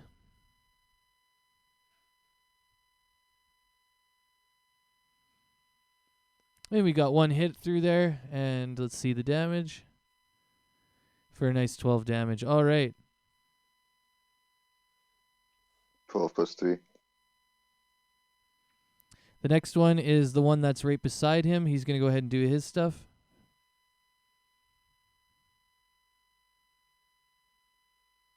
Oh, and he crits on his last attack as he swings it around with all of his might, missing the first one, carrying that momentum through the missed attack into the second one.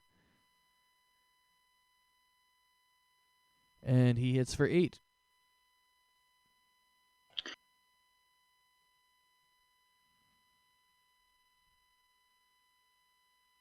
The last part of this will be the magic ballistae, guys.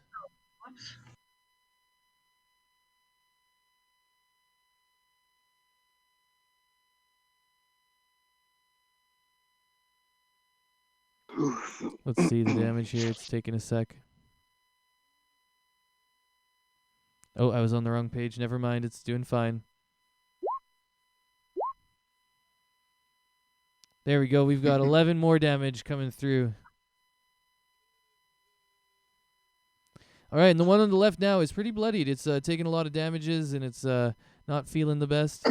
Hey, what's up? Shout out to everybody on Twitch. I see we got some more viewers here today. Getting back in the D&D thing. That's how we do it.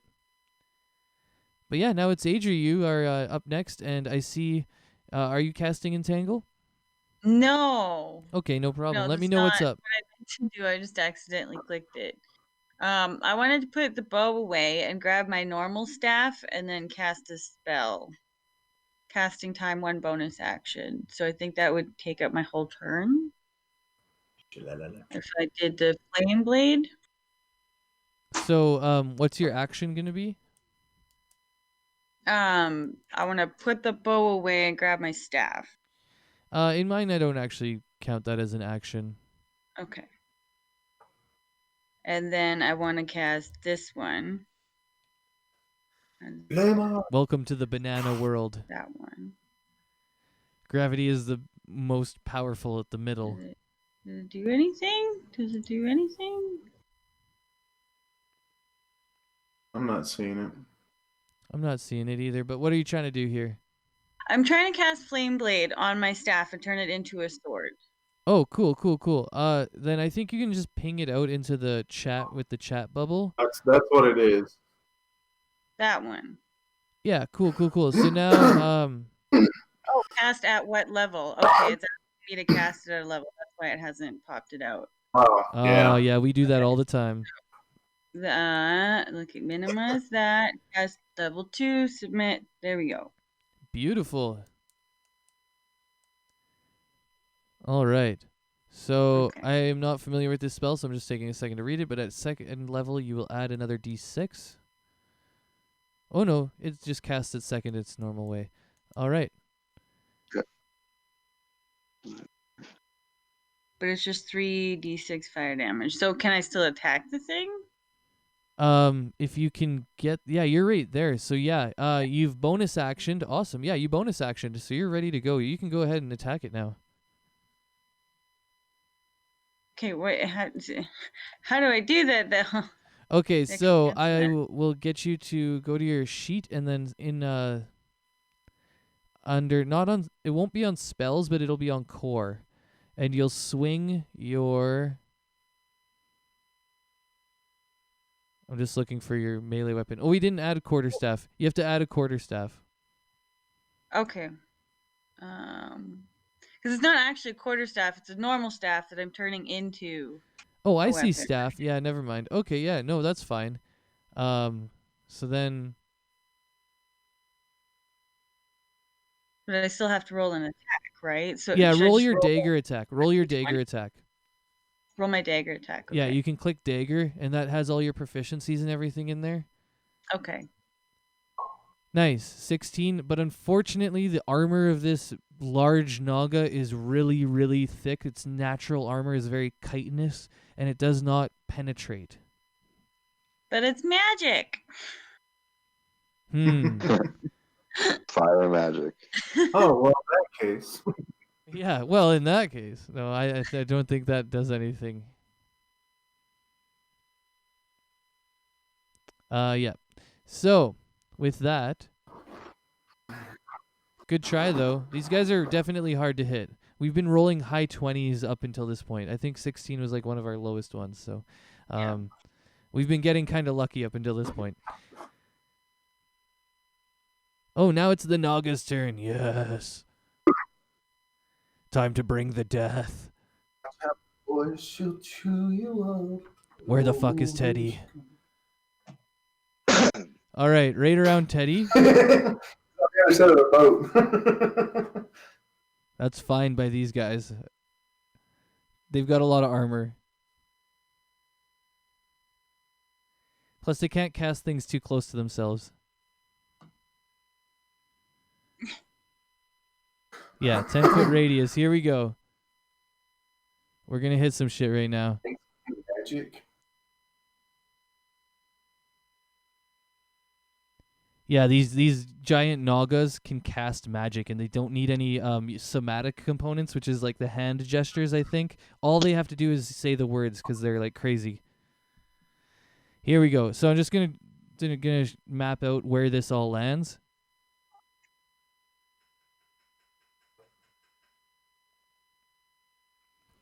I'm gonna say it hits Dingle and Teddy, but just not quite Cadrill. It's a 10-foot radius, right? So Cadrill's actually just at the very edge of it. You're gonna see a dex save coming here from Teddy and Dingle. Teddy Dingle. Teddy Dingle.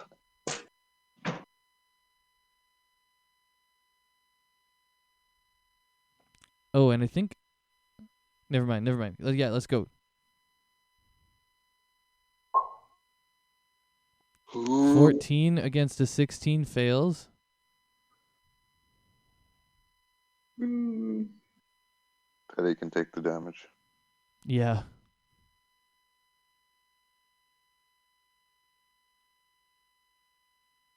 Ooh. Is that all the damage they rolled? Really? 4d6 and they rolled fucking 6. A 1, a 2, a 1, a 2. Really? Come on, guys. This should be doing a lot of damage. Anyways. And so I'm not complaining. yeah, I know. I'm complaining to the Naga. I'm like, step your game up, guys. So yeah, Dingle saves on it. So he only takes half. And the other Naga is going to do the exact same thing in the exact same spot. Just getting all the HP calculated out.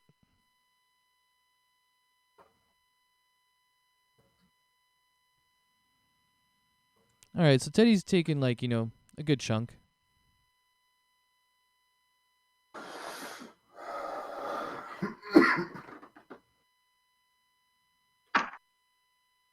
For some reason, Dingle didn't have his character thing set up with like the AC numbers in the green and the red. I'm just setting it up now, right now. All right, here we go. And he takes half of 22, which is 11. So yeah, the boys took some nice damage there.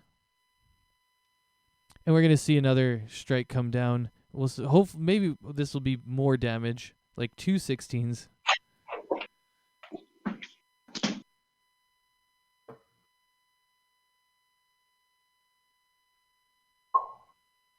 That's a bit better. 30 is more what I was expecting. Yeah, and now they're going to do the same saves. I guess I could have just rolled it all at once. Fail on Teddy.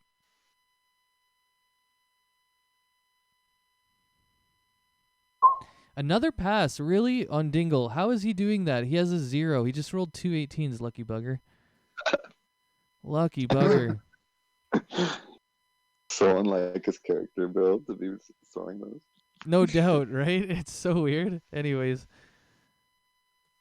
All right, Teddy's hurt now. I thought he might have gone down at some point. Oh, wait, am I on Dingle? I'm on Dingle. Whoops.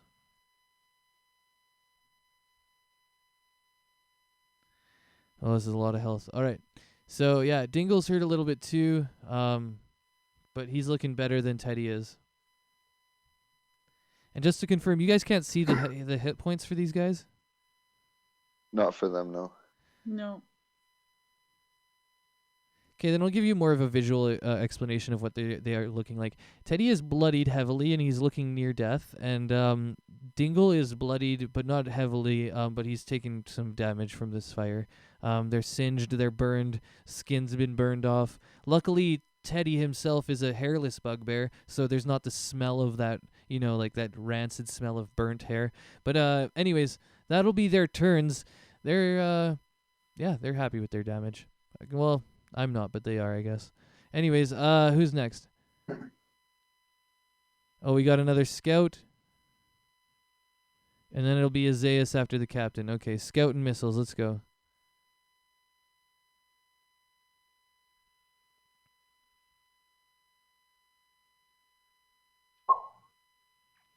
One hits. 4 7.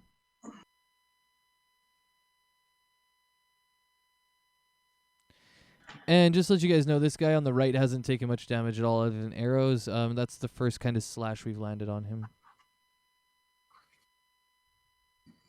Rengar's going to keep working on the one on the left. That's the one he's been working on. Is that the one that's more bloodied up? Yes, definitely. Okay.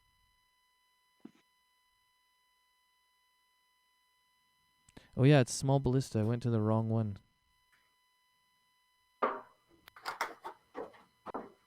I'm like, where's his magic missile? Oh, he does not have a magic missile.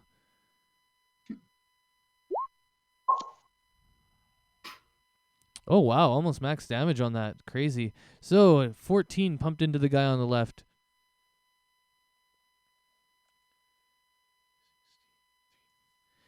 All right. And that one on the left is looking bloodied. It's still quite healthy, still vibrant or whatever, but it's cut up and it's been taking some damage. So now I'll go to Zayas. You can let me know what's up, bud. Okay, And once again, what's up to all the Twitchers getting all the with channel short points. Big sword, love to everybody tuned dagger. in today. Cool. Got the new player in, and it's And feeling also really have good. Colossus Slayer on that. Glad to have Teddy leaving. Playing him out right now as an RP character is really fun. So 14 damage on the left one. Let's go. 14 damage on the left one.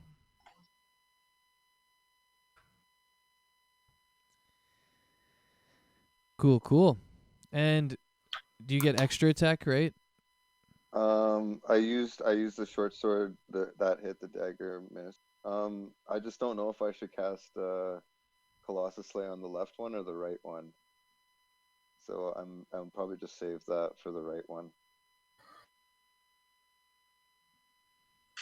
Okay, so just let me know what happened again here. You did your first attack, and then, or did you cast Colossus Slayer before that? Oh no, sorry. I meant what's the spell is actually called. Colossus Slayer is my passive ability, Hunter's Mark. I don't I can cast that, Oh but I'm yeah, gonna save that for the next one. yeah, I For had the that other guy. confused too. Yeah. So I swung the short sword for 24, which hit for Yep, 10, and attack 15, which misses, I guess. And then my Colossus Slayer bonus is a 4 on top of the 10. got you. Everything looks good there. And then so I guess I was just wondering, don't you have 2 attacks per turn though? Not just like Yes. dual wielding. You'll throw another round. Oh, do I? I don't know. I What? think it's a ranger thing actually. You just got it recently because you just leveled up to the point. I think it would have been like maybe a couple layers ago or whatever, levels ago. Oh yeah, I forgot. It's been a week. Sorry. Oh yeah, there it is. Yeah, extra attack. I see it too. No problem. Go ahead. You can roll the same thing again, basically. So, but 12 and a 15 don't hit. Hey. No, all that misses unfortunately. So cool, but that was good. Pumped 14 damage into it. It's these things are really tough to hit, so it's anytime you hit it, you should be happy, basically. All right, Dingle's gonna go and Cagel's gonna go, and Teddy's gonna go, and then it'll be K-Leg.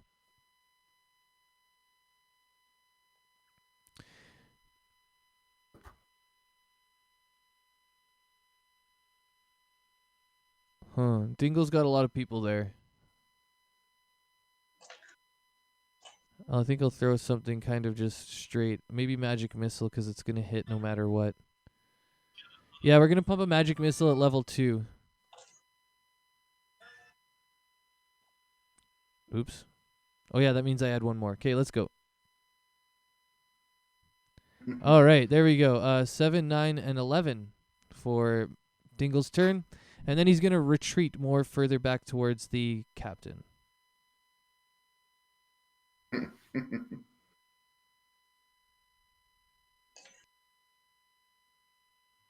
Cool, and I think Cadra will do something similar.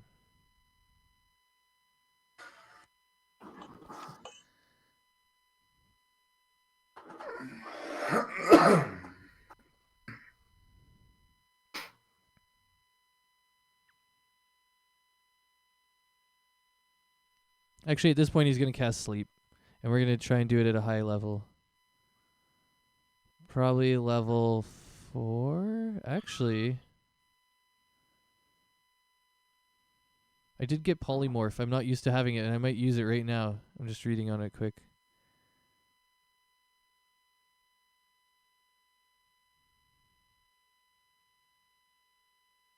Oh, it's a wisdom saving throw. Yeah, we're definitely doing it. I'm going to pump polymorph at level 4. And it's a wisdom saving throw of DC of 15.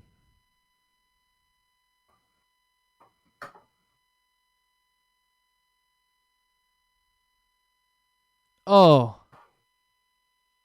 Of course they got to crit me on that. Whatever. Let's go. No. Let's go, Teddy. I'm gonna move Cadrill out of there too. But yeah, dang. You're the one complaining about their low rolls. Yeah. Yeah, and now I get screwed over when it's my turn. Just kidding. All right, Teddy, let's go. Let's see if Teddy's gonna do anything good. Someone needs to heal Teddy. Yeah, unfortunately, just none let of him us have die. healing really, other than the 2 druids who went before him.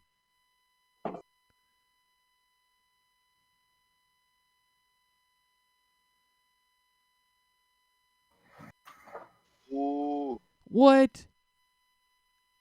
What? He missed 2 before. That's insane. Wow, double crits. I can't even believe it.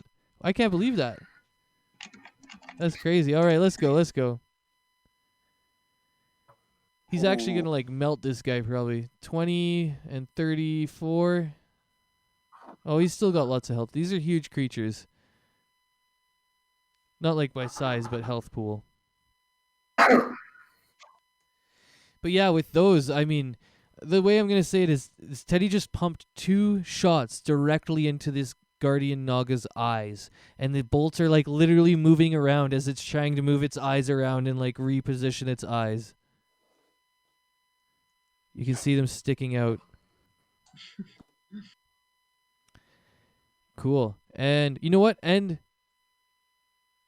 it's blinded because it's a double crit on attacks. I gotta give something crazy for that. You know what I mean? Yeah. All right, but it can still cast all of its normal shit, so it's just like kind of yeah. Anyways, but now Kaleg, it'll be back to you, and then back to the top of the turn order. All right, so I'm going to turn into a teddy bear and come up, do a bite roll and a Big hit. claw roll. Does not hit. Yeah. So the bite hits, which is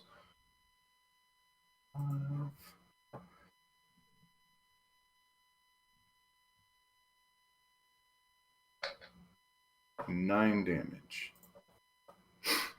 Alrighty.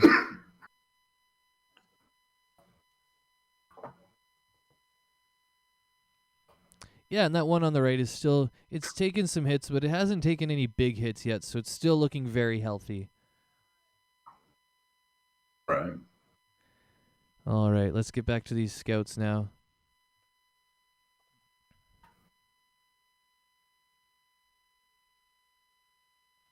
Okay, here we go. 1, 2, and then the magic missiles.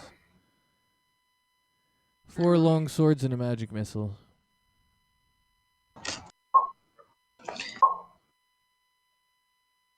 Only one of those hits the 19 for 4 slashing. This guy on the left here, he's still looking really close to death. That guy just couldn't quite get his blade in there and finish him off.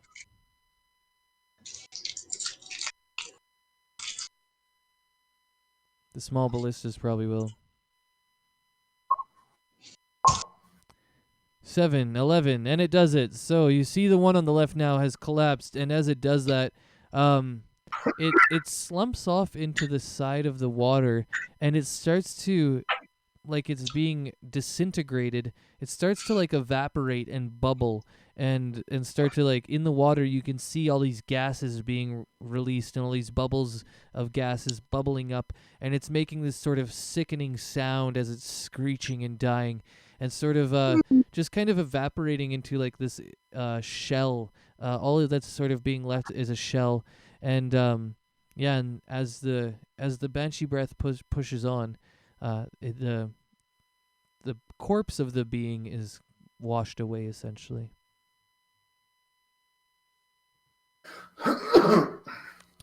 All right, and with that, yeah, I know. I'm like, wait, and basically only like Kadril can see it, maybe Rengar, this dwarf over here, maybe Teddy, and none of those people are really, it's just all DMs, essentially at that point, it's just all me. So, anyways, but it's cool to think about, right? I just described something very cool, but I'm the only one that can see it. Yeah, exactly. I'll explain all this shit to you, but none of your characters get to know it. Anyways, it's Adri's turn now again. Yeah, and you can go ahead. Okay. So dagger 20. Do I hit it this time? Yes, you do. Is flame thing still up? I don't know how that works. It goes for 10 minutes. Yeah. Dang. All right, let's do it and add some damage to it. God damn it. Nice. Well, I mean, at least that's and that's on top of it, right? Or do you roll the damage from the dagger? From the dagger? It's additional. Yeah, Oh, cool. So then you can add the dagger damage too by pressing dagger. but it's not a dagger. It was a staff. Oh, okay. That's right. So but I just didn't. a 3d6 fire damage. Yeah, but we have to add like the actual impact of the bludgeoning from or whatever thing you used. So you used a staff? Okay. Yeah. No, okay. It says on a hit, the target takes 3d6 fire damage. So yeah. I think that's just the total damage, not.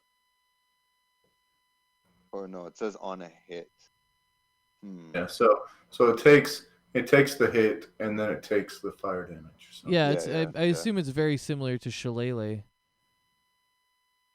Right. Yeah. Okay, so I'm gonna take that 5, but I'm not gonna say it's piercing because you've told me it's a staff. So yeah, it's gonna be 5 extra damage, but bludgeoning, not stabbing. You're not stabbing this guy. You're beating him down with this flaming staff. Is that right? Not the flaming The flaming blade. blade, yeah, so it would be piercing then. Okay, well I'll keep it with piercing then. But yeah, we add that extra 5 on there. And then I think you would still have a bonus action, but I don't know if you have anything you can do. Yeah, no. I would like to clarify though, because Roll20's only been around 8 years, so the last time I would have played it was like 6 years ago, so I accidentally lied. That's it. Oh, okay. No problem. How dare you? Throw her overboard. Yeah, toss her over. All right. Who's next? Oh, it's the The Naga. Naga. Dang, there's a lot of people here for him. He's Yeah, gonna so- try and kill somebody. Oh yeah, he's gonna try and kill. He's gonna try and Remember, kill I'm Teddy. bear. Wait, what was that? Said just remember I'm a bear. So True, but he can't I'm really. also right in front of it. Yeah, but he can't really cast things around himself. That's the thing. He can well, he can. I shouldn't say that. He's got a bunch of different attacks. All right. Well, but they're mostly spellcasters and they can really do some damage spellcasting. I'm going to take a sec just to consider everything here.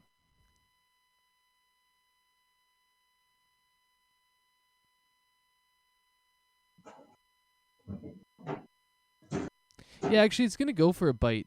It's going to do a multi-attack, non-magical multi-attack, okay? So what happens now is it goes for a bite and a spit poison.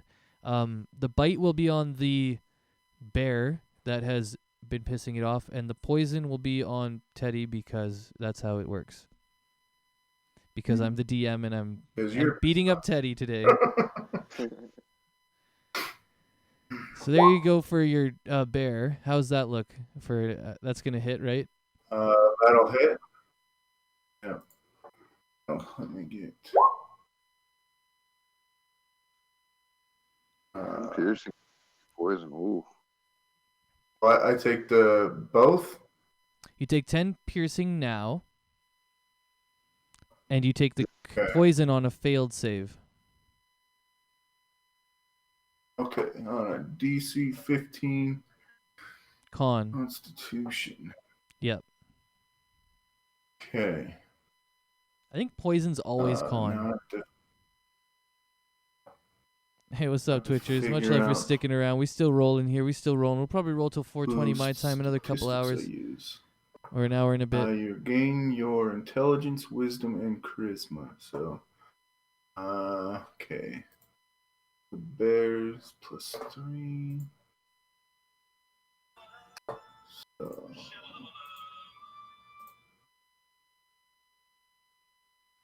Oh yeah, this is tricky because it's the bear too. Oh sweet, here we go. That's a pass. Nice. The bear has great Oh. constitution. That was a good choice. yes, it does.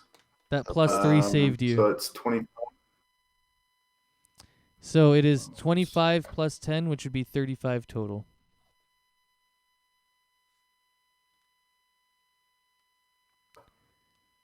Oh, I'm still a bear.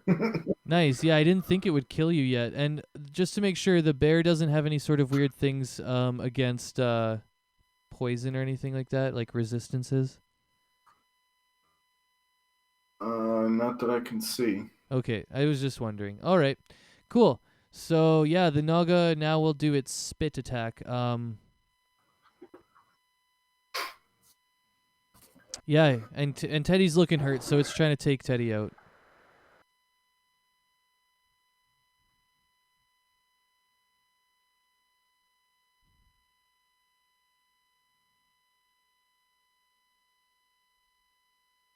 That's a hit. All right, and regardless of the amount, Teddy goes down. No. So he is currently unconscious. Daddy. And this Naga is looking a little scratched up with some arrows in him, but he's still looking pretty healthy. What's the captain gonna make us pay if he doesn't have his indentured servant? Who knows? You guys probably won't have to save him. Probably want to keep him alive. But next is...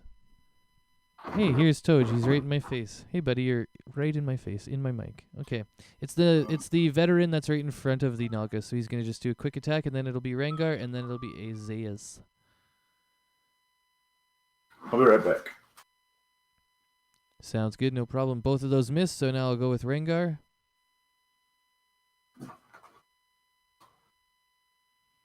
For a simple 9 damage.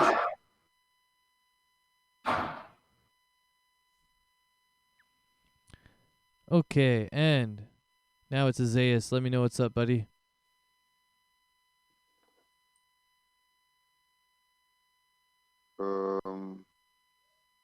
Okay, so I'm gonna cast my Hunter's Mark, which gives it an extra 1d6 damage on any hit. Oh I'm yeah, gonna baby. Go for my big hits. See if I get any hits.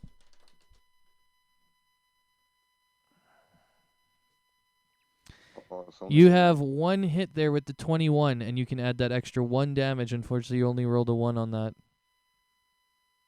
No, it's. Oh yeah, I did. Hey, and then I also have the. Colossus Slayer, once per turn, right? There you go. Yeah. Slick, No, nice. it's on. Yeah. Oh yeah, once per turn. Yeah. That's a total of 15 damage coming across from all those slashes, or the 1 slash, the really good slash. 1 big 15 damage slash. So the 17 didn't hit. Yo, homie, this guy is seriously armored. Yes, the 17 did not hit. But I think if you scroll up somewhere, you might see a 19 somewhere. I thought his AC was around 16 or 17. I thought that was so we had this. Just a little higher, yeah. Not your 17 would have hit if it had a little bit more, just a little extra. But are you gonna move, or you like where you're at? Oh wait, I assume you move up to this guy. Never mind. I just moved him there. Yeah. I'll just stay there. Cool. Dingle's gonna go ahead and he's gonna drop the same thing. Magic missile.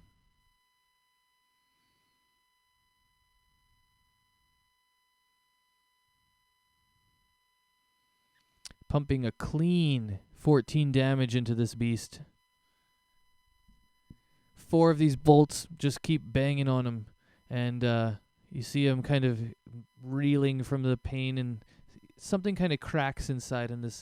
He's looking a lot more hurt now than when he was. And Kadril's gonna come in and probably... He's tired of not hitting with the polymorphs and shit like that, so he's just gonna throw something at him.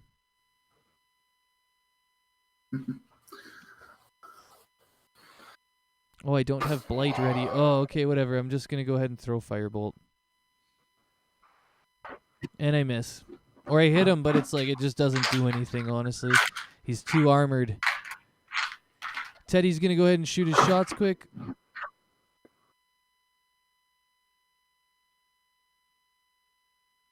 Oh wait, he's not gonna do nothing. Teddy's down. He's gonna do his death save right now. What the hell am I talking about? He succeeds on the first one. And now we are back to the bare-formed K-Leg. All right.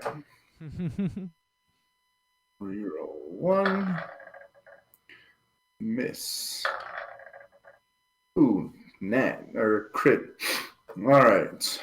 So claws. 6 plus 5. All right. So how does a crit work again? You only double the amount of dice. not the proficiency bonuses added. That's exactly right. Yep. So that's for the first. Oh no, that's for the crit. Yep. Okay, and It's for the so claws. is it normally 4d6 plus 5, or is it normally 2d6 plus 5? Normally 2d6. Okay, cool. plus All right. 5. Yeah. Perfect. So 21 damage coming down. Was that a claw or a bite? That was a claw.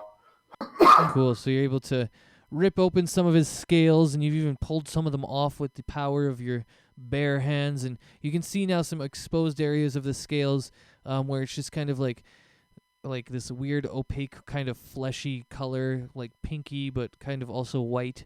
And it's kind of like writhing underneath, and that's kind of its exposed flesh. A lobster? Yeah, that's a really good. That's a really good one. Cool. Now we've got the scouts again. Oh yeah, nobody's healing Teddy. That's great. I love it. All right, let's go.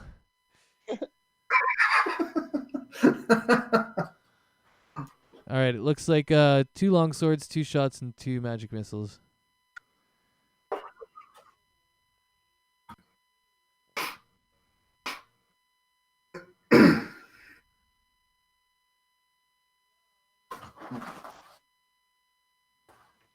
All right, looks like they did pretty good on these shots here. The double 23s is really nice. So, the long swords don't hit, but this guy's able to land 2 shots again, double crit right into the eyes. That's weird. That's so weird. Heavy crossbows, double critting. I don't think I could run this 100 times and it would ever do that again. So, yeah, he takes 20 damage from the crossbows. Oh yeah, he's looking a little bit beat up now, and then he takes another 11 from the magic missiles. All right, and now we're into Adri's turn again.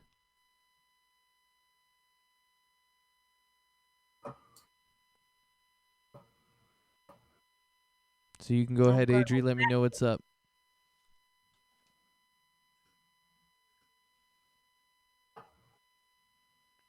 Here we go. Here we go. Swinging at it again. Yeah. That's a hit. Nice.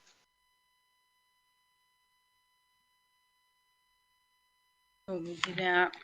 The 3d6 fire damage.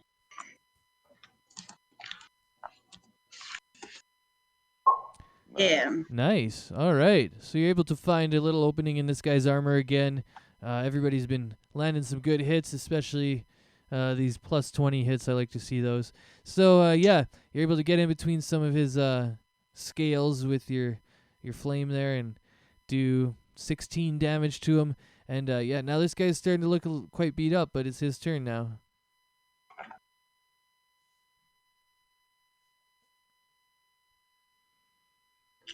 Just seeing what it has for maybe healing or anything. This might be the end of the Naga. Of course it is. Whoop, whoop, whoop, whoop, whoop.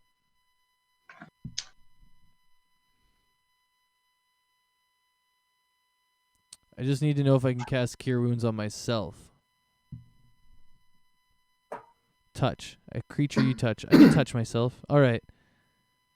That sounded way worse than it was supposed to. This thing's using its highest level slot right now for healing itself. All right. So as it casts Cure Wounds, it brings the back end of its tail up to its head and starts to go down its body. And as it's going down, you can see little bits of radiant energy kind of pushing into its scales where they've been ripped apart and different wounds. And it gains 48 of its hit points back.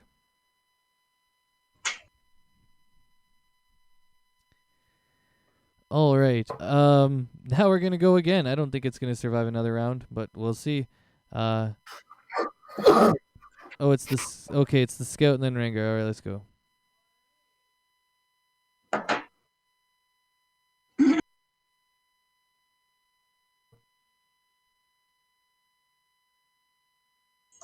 Miss.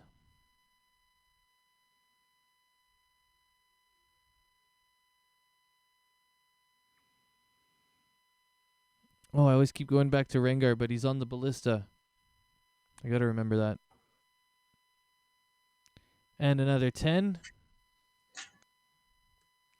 We're almost there. Azaius, you'll probably be able to finish off, bud. Let me know what you're up to. Do I re-roll that hunter's mark or do I keep that one? Oh, it's a one. Oh yeah, I was gonna say we'll re-roll it, and then you get a 1 anyway. That's so sad, but yeah.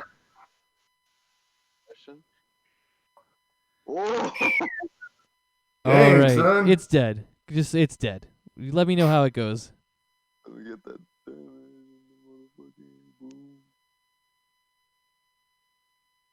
So I'm just gonna pull some ranger shit and like pierce it once with my dagger and like run up the side of its like serpent body and then just do like 2 heavy chops on its neck and just kind of like not completely cut it off but just like get it deep enough in there that it just like you can see like its like entire brain and spinal alignment has just ceased to exist and it just kind of goes limp, fall down.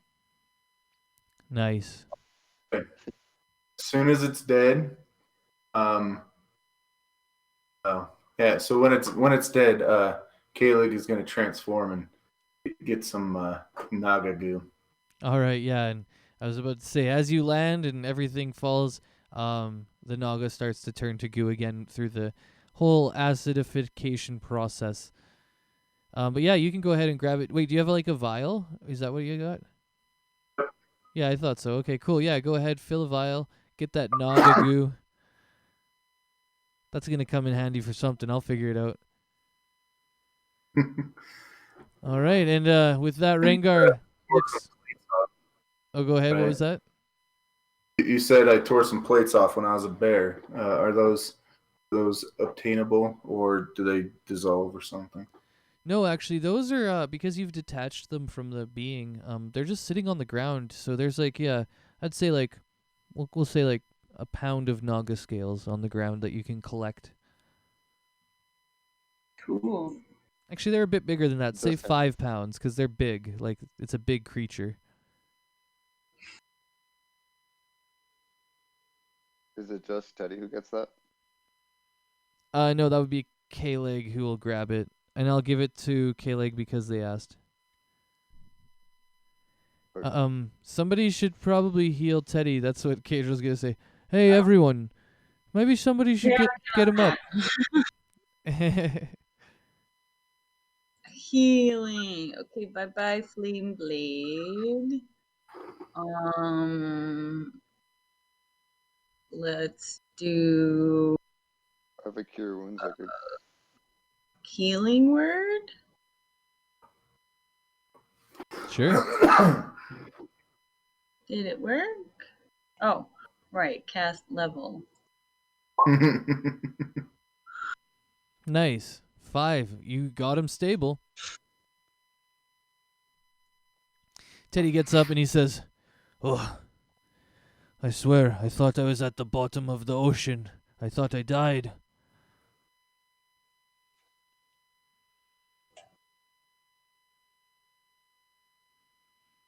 Rengar looks at everybody. He says, "Well, good thing you didn't, Teddy, 'cause I would have been making sure that they have to pay me." Ha ha ha ha. And everyone kind of looks uneasy at that. Cagel's definitely a little uneasy. He's like, "Yeah, good thing Teddy didn't die." But yeah, I think here's a good place to. Oh wait, I'm gonna let also us know. Oh yeah, we still have to roll weather for the rest of today, but this is a good place to take a little break. I think I'm gonna get you guys your EXPs, and then yeah, I'm gonna just have a little bathroom break, a little 5-minute for everyone, and then we'll come back to it. I just want to make sure. Yeah, so we're at 42.4 now for the EXP, which we were really close to level 8, so we will be able to take a level up when we take a next stop. But you can go ahead and add that 42,400. And I'm going to take a little break right now, and we can all take a little 5-minute break. BRB. Yeah, BRB Twitchers.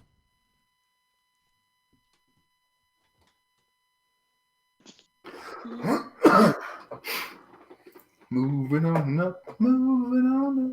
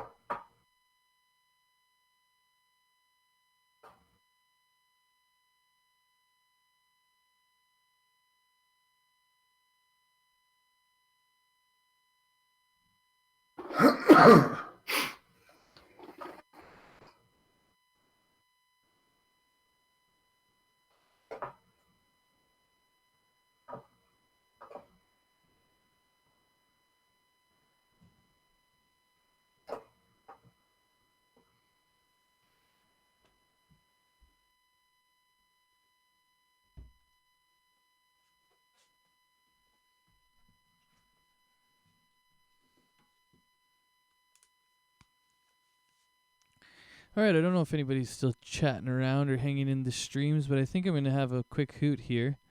A little smoky doodle. Smoke your poodle. We got Toad still chilling here, actually, if I go down. So I feel like it's a good time to just relax and have a hoot with the cat, if anybody's out there. I know we got the channel lurkers always hanging out. That's always good. We've been having people in and out all day, which is dope.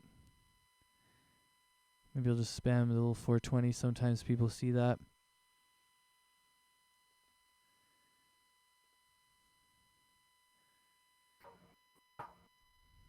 Okay, I'm back. Question. Go ahead. Can I take a feat? Oh yeah, we're gonna do some level ups, eh? Okay, yeah. So you can take feats. You just gotta tell me which ones they are, and I take from like Tasha's and all the books. So just let me know which feat you're gonna take, and yeah, we should be good to go. And then we have to do it custom. We have to add it in custom wise. Yeah. Okay.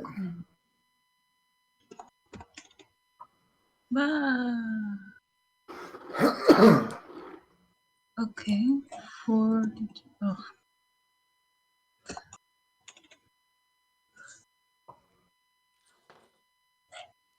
Break time in the stream, yo. I won't be taking a feat with Cadril. I just want him to be stronger.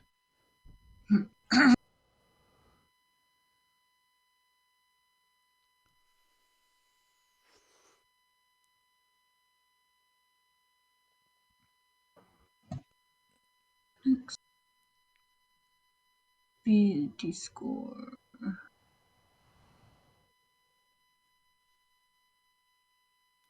All right, this is the level up, so it'll kind of take us through a level up here. You can see it on my sheet, all this information. You don't really need to know that. You just kind of hit this button over here, the level up button, and then it does it for you automatically. Here it shows my average HP wizards that they get, plus my 1 for my Constitution modifier. That'll be the health I get. Arcane Tradition, I have a different Arcane Tradition than loaded here, so it's custom added. I don't have to do anything with that. Normally, if I had it there, though, it would automatically enter it. And then Wizard level 8, I do the ability score increase, so that's the feature that I get, and it'll do it right now. So, I'll be taking Intelligence, because that's my spellcasting one.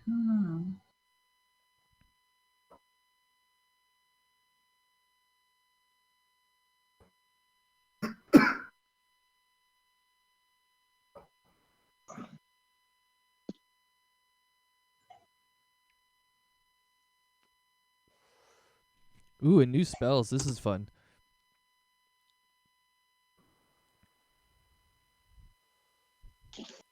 Oh wait, I don't get any new spells. Oh wait, I do. It's just taking forever to load. It takes so long sometimes.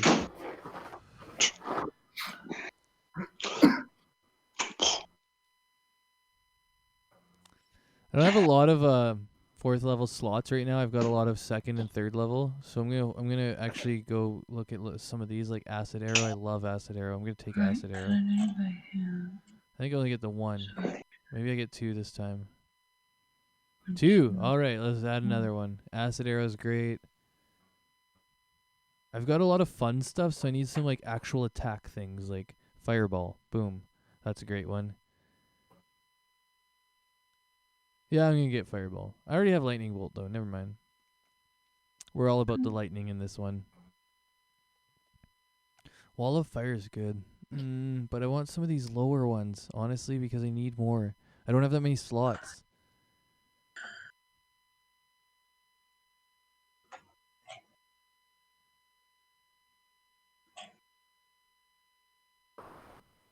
I don't know what to take. I'll take Tiny Hut. Well, actually, I don't know.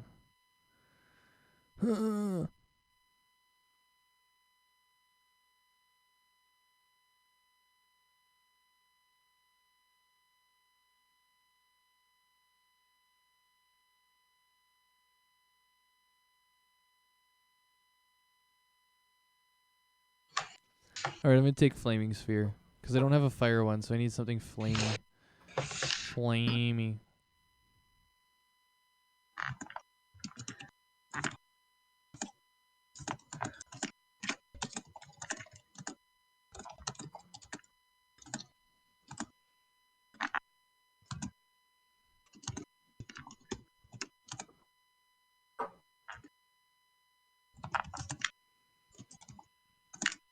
Awesome. Looks like I got Cadriel all did up. He's looking good.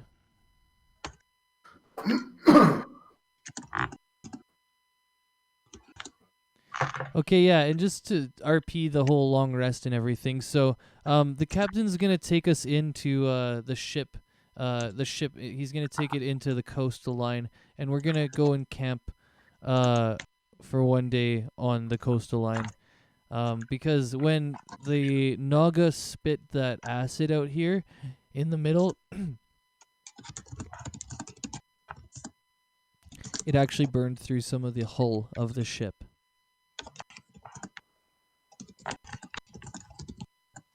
So we're going to have to do some repairs. I think I'll take us over there too while everybody works on their characters a bit.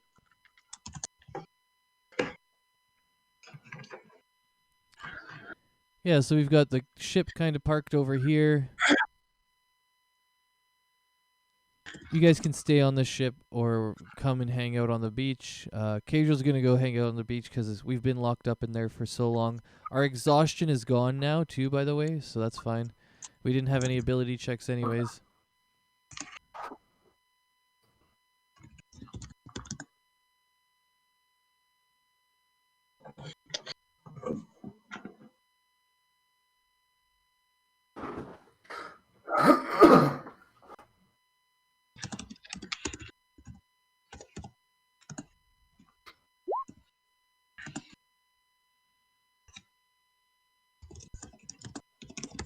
Yeah, that's a good feat. I like that feat. You can basically just move. It's great. I use Fey Teleport a lot in my other campaign with a friend, so if you want to use that, that's fine. Because, yeah, he has Fey creatures that always Fey Teleport. It's a really useful skill. Is it a bonus action when you have it? Is it a bonus action? Or is it just like, or do you have to cast it, essentially? So, I think I can just use it without expending a spell slot. Oh, cool. Actually, yeah, it might just be like an ability. Yeah, I can use Misty Step. Oh, using okay. a spell slot. I got you. That's what that one is. And that one too.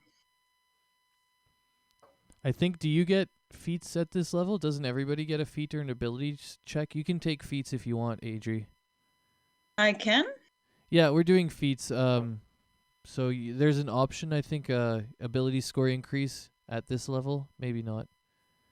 Yeah, I got the ability score increase. Like, I technically already leveled to level 8. I just kind of like custom modified some of this stuff, but it didn't actually take away all my spells and stuff. So I'm afraid to use the character mancer again. Oh, So we'll okay, try. I got you. Yeah, we're Well, not at level 9, so. well, if you want to add a feat, you can now, and we can just do it custom anyways, because we basically have to custom add all of them. So. Like I don't even know what feat I would take. Okay, cool. Well, if you want to take some time, you can look it up, and we can just kind of chill out for a bit, and get ready to move on in a bit. Isaias, how are you doing? I'm gonna have to look up my feet. I already have dual wielder, right? Yeah. Yep. And mobile. You already have mobile, actually. Dual wielder came from your fighting, your class, but mobile was your feat. Okay. It says I can. It says only have grappler, but I can just search one up and choose that, right? Yeah, you can search them up, and then we custom add them. So there's not a lot of stuff in the Roll20 basic sheets. I would have to buy it all, and but we can just add it custom, so it's fine.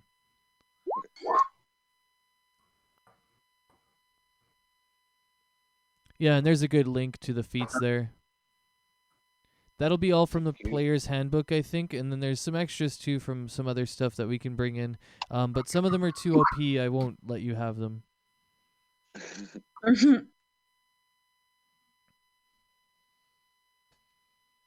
Oh shoot, that's a lot of feats. Are these all like I can choose any of those? Holy fuck. Yeah, I think so. And then run by him. Oh, this is the page. Yeah, Dang. so this is like the one that has all the books, right? It's not just the player's handbook. It has Tasha's. It has the Xander's. So those are the other kind of like, these are all legit. Xander's and Tasha's are super legit, and I know how to use them, so.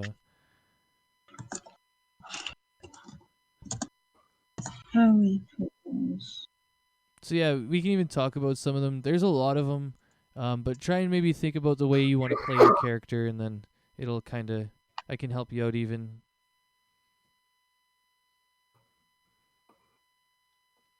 I took Shield Master as one because I was using a shield as a fighter all the time, and I was like, how perfect. I never drop my shield. Why not have a feat that works with it? Nice. Actually, I should make Cadril take a bonus action one where you can speed spells up or something, but I don't really care. We've got healers and everything. I don't need to worry about it. I'll just try and do damage.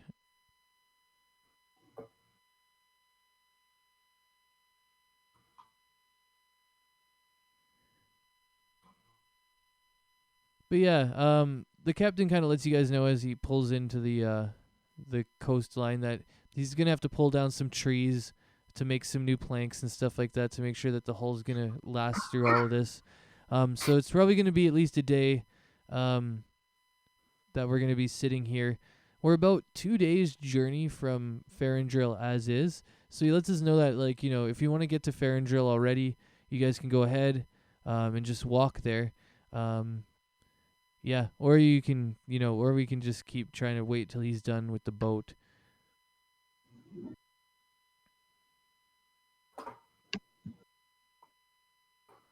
Would we not help? Or Yeah, you guys could help if you want, or you can just head out right now, I guess, and start heading back to Ferendril. But yeah, if you want to help, I mean, it might speed things up a little bit, but we're gonna have to cut down trees and, you know, plane them a little bit or whatever. Okay. Do you guys just want to hang out and help him then, or do you want to kind of push on with your own? he has done a lot for us. Yeah, we might need his help again. Yeah, let's give him some helping hands. True. He might need it. We might need his help again. All right. We'll all pitch in, and it makes light work of it. Instead of having to work through the night, Rengar and his crew at least can get a rest in before they have to move on.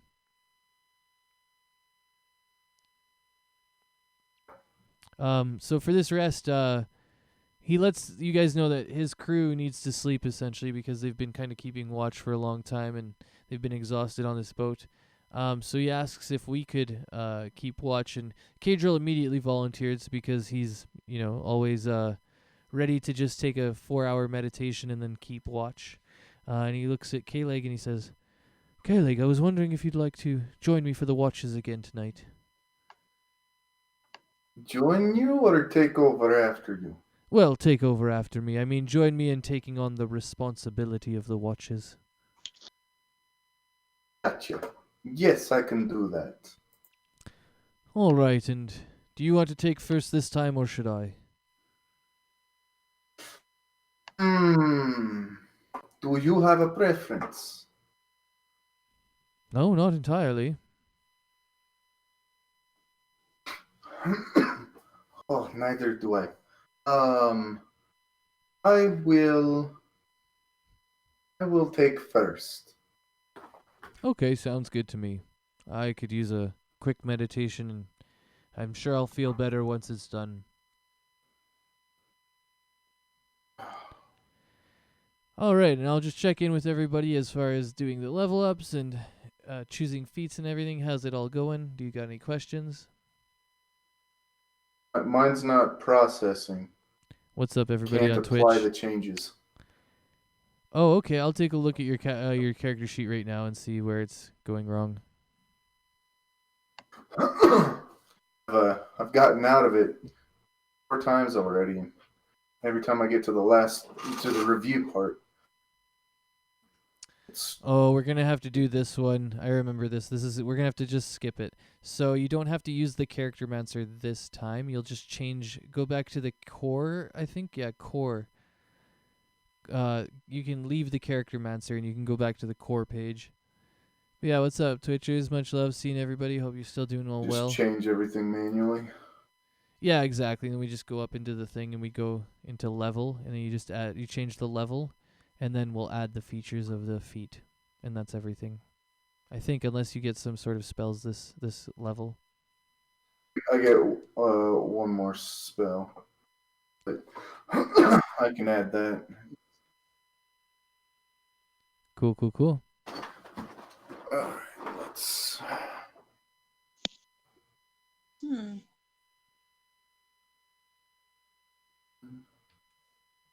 Seeing something you like? Maybe. I might just add the feat for the next game because there's a lot to choose from. Yep. Honestly, yeah, there really is. There are other chances to get feats later on through levels and stuff like that too, so. Pretty sure there's another one at 12, I think? I'm not sure, though.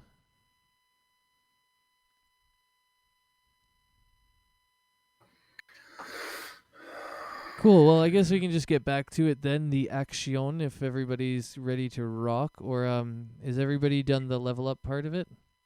Yeah. I haven't yet, but I'll just save it for next time. Okay. I don't know which feat I want yet. I'm still looking. I'm all the way down to L right now. That's fair, yeah, that's more to look through. That's super, yeah, that there's a lot to look through. So, and I can understand wanting to know all the options before you make a decision, so. I guess we can push on through. I guess what I'm asking, though, is do you have your health points up again? Yes. Okay, so everybody's gotten their health from the level at least. Yeah. And hopefully all the spell slots too, because you can drop some heavier spells now. But yeah. So do you guys want to set up a camp out here on the beach, or do we want to go sleep back in the tent, or I mean the boat?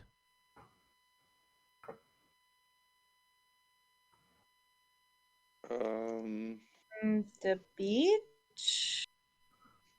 Wouldn't the boat come here? Don't they have like rooms and stuff or no? True, they do. Yeah, they're not very big rooms, so I know there's some nature lovers out here. Maybe they want to camp on the beach. I think Cadrill is gonna stay on the boat with Dingle. Dingle likes the boat too. He's not into camping.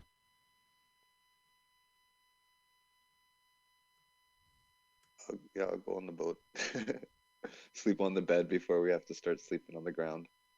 Yeah, sleeping on our tough-ass bed rolls. Just gonna go ahead and make sure everybody's got their health back, too.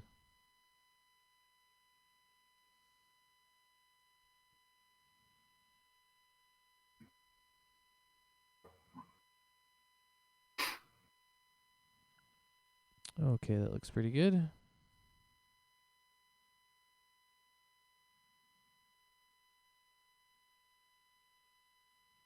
Just sort of organizing everything quick.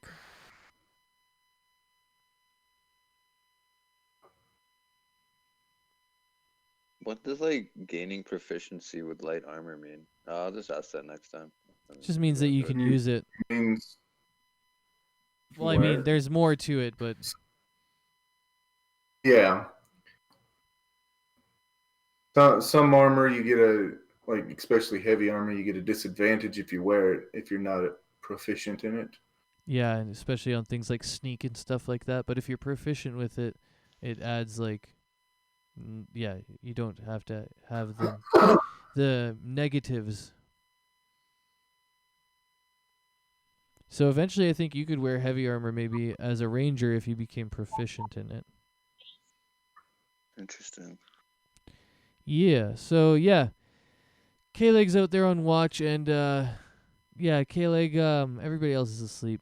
A little while into the watch, You guys are snoring you can hear us out through the boat. We're really loud. too I cast Thunder Snore. loud. All right, yeah, and yeah. So I want you to roll me a perception, just as you're kind of hanging out and looking over these rocks and. Oh yeah, your passive is 21. That's crazy. Oh wait, and Adri, are you up on this cliff here, hanging out with K-Leg, or are you going to bed? I just see your token up top there. Yeah, I'm sleeping outside. Oh, cool. All right, I figured the druids might do something cool like that. All right, yeah. So because K-Leg's perception is so good, at the very, very edge of the forest over here by this large rock, you can see some large creatures coming through. One of them is definitely another Naga. You can tell because we just fought them, and it's slithering through the jungle. And then the other two beasts look kind of just like giant crabs, essentially.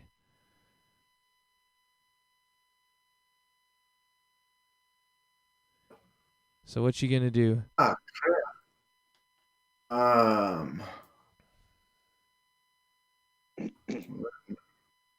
Okay, so which direction are they coming from? They're coming from that top corner here. I'll ping it out by that rock there, right up in that corner there. Okay.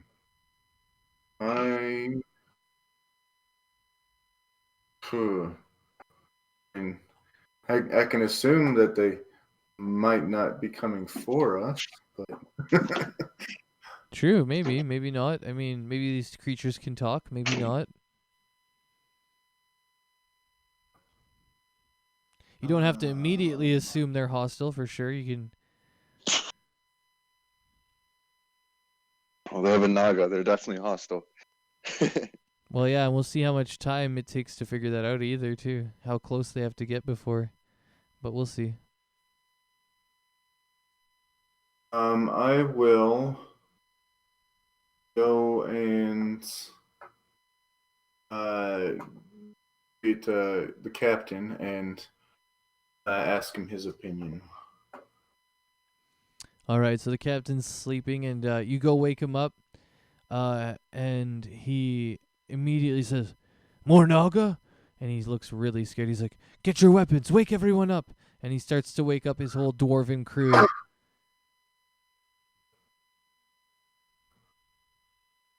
then I will go get everyone else quietly. All right. And at this point, Rengar is got his dwarves. They're kind of heading up to the top of the stuff. And as everybody wakes up, Keijo kind of looks around. He says, "Oh no, not again!" Grabs his staff.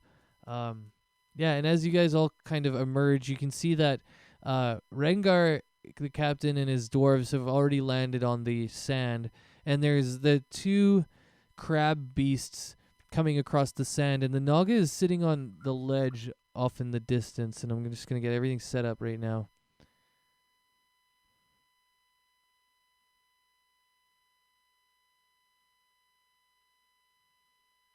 So as K-Drill wakes me up, K-Leg wakes me up, I'm gonna grab my bow and take it outside with me.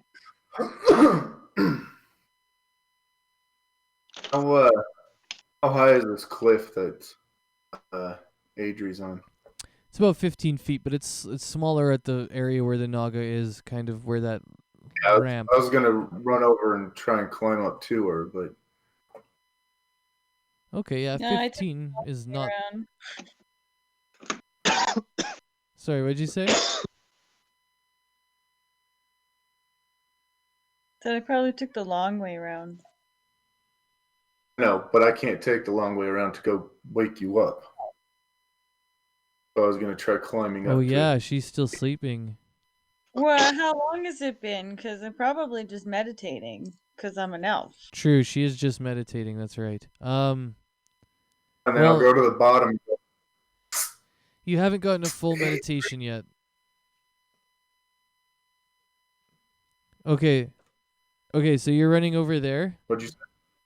Oh, I just said that she hasn't got a full meditation yet. Okay, so K-Leg's gonna move over there. I'm gonna get these guys sort of assorted a little bit differently then, and we'll get K-Drill and the rest of the crew to jump down to the sand, essentially, unless they want to stay up there. K-Drill probably would. Teddy's gonna jump down though, and while that all happens, K-Leg runs over to the side to wake up Adri. Yeah, and then I guess this is a pretty much good enough turn right now. I'll put everything in order, but we can start probably rolling into the turn order right now.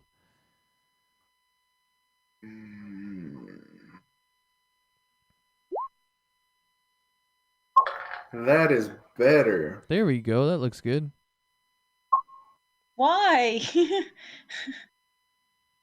Nice. That's a good initiative. Yeah, well, I mean, it's probably not bad because, like, I don't know, I'm trying to, like, roll a passive perception to see if I wake up or something.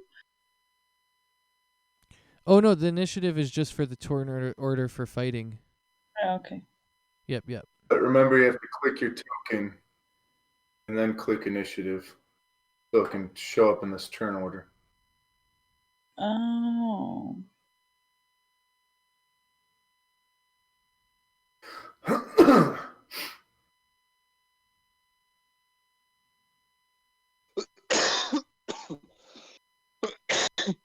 No, that's not how it works.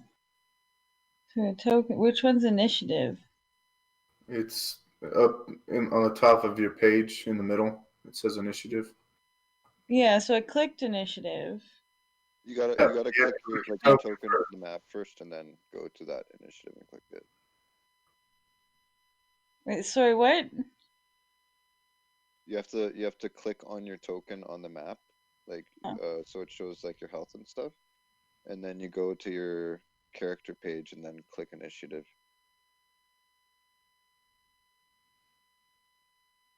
Okay, well, I did. Okay. And if you do it again, it'll show up on the turn order, and then And we can choose. DM should be able to change it there. Yeah. Yep.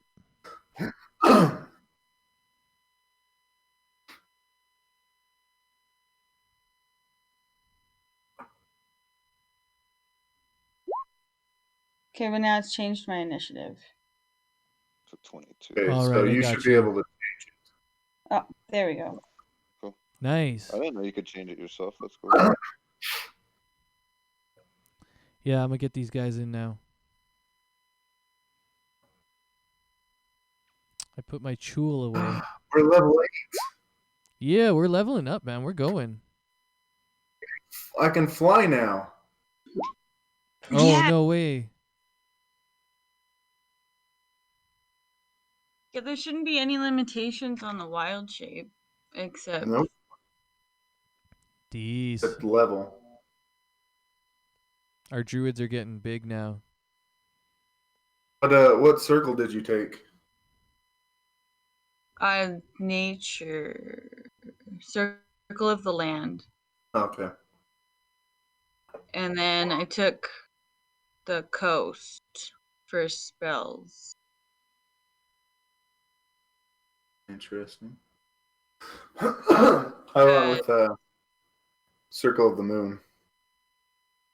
Yeah, I looked at that one, but I kind of liked Circle of the Land better. I was going for Wild Shape and Circle of the Moon. You good boost at lower levels. Yeah.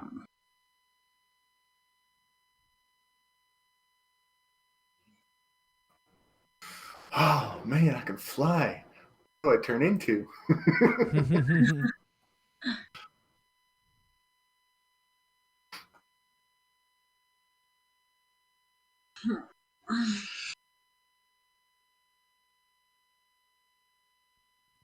All right, looks like I just got Teddy left.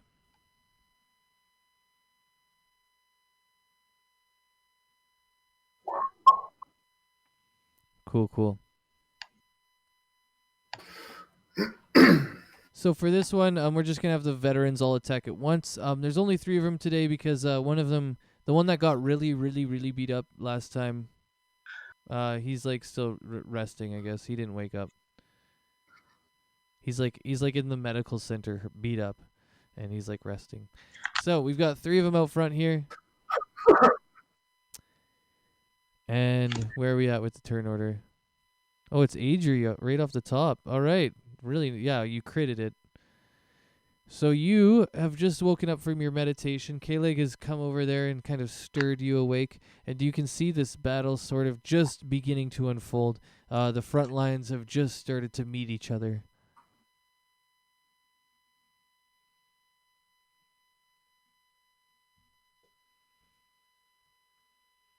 So, Adri, what are you thinking? You're at the top of the turn order with 22. Am I awake now? Yeah, so Kaleg just woke you up. He spent all of his like movement or whatever to get out there. Okay. Let's see. What's the longbow?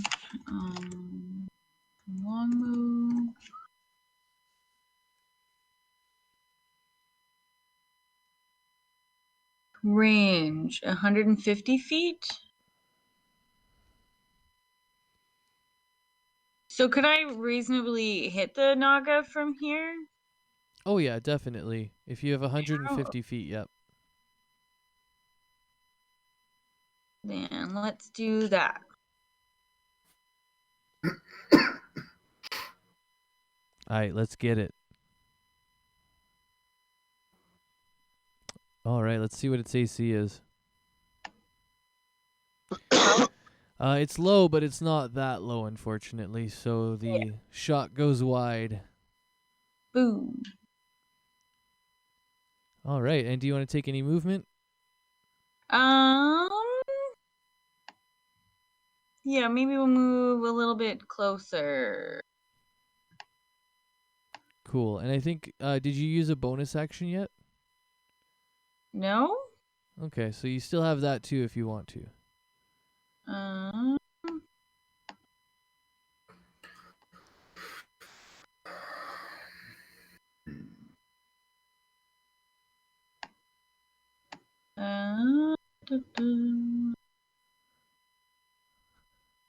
I don't think I have anything right now. Okay, cool. Sounds good. So, Didn't mean to do that. Sorry. no problem. I love that one. When you do it, though, I will remember that you have advantage on it. Wait. I think that's how it is, or something like that. You have an extra thing for it.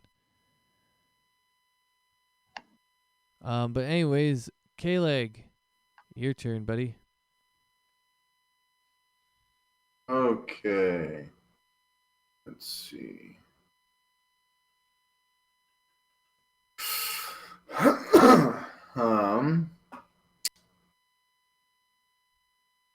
Trying to figure out if I would have been able to see this creature yet. I can't.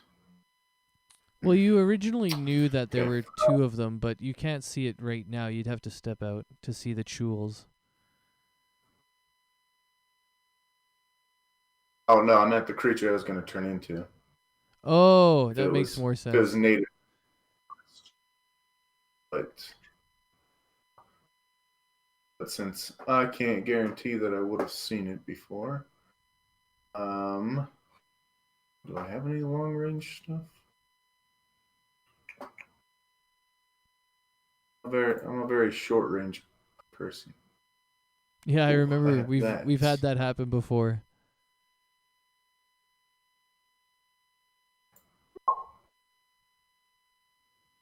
Okay. Oh, don't click it there.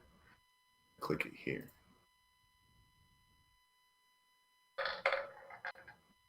A naga. All right, on the Naga. Okay, and it's clear days, so it doesn't get any extra. That's all right. DC 14. All right, let's go.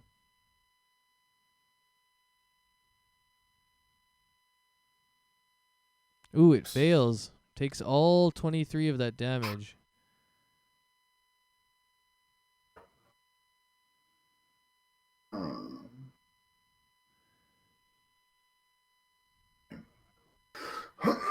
Good job. I'll just move up a little, and I think that'll be my turn. Okay, sounds good. So next will be the Naga.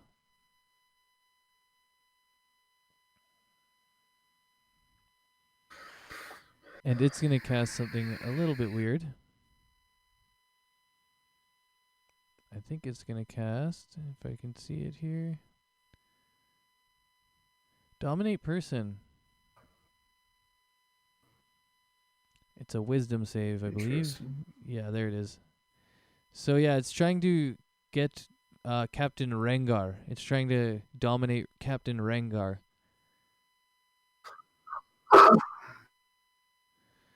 Does it know it's the captain? Not particularly. It just knows that it's the biggest frontline attacker in the front line right now. Because he stands pretty tall. Among the dwarfs. All right, wisdom coming here.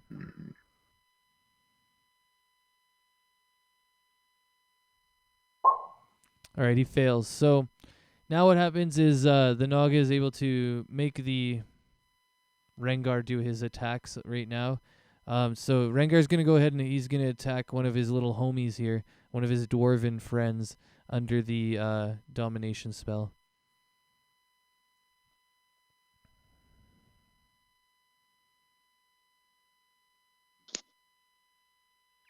All right, he's got his...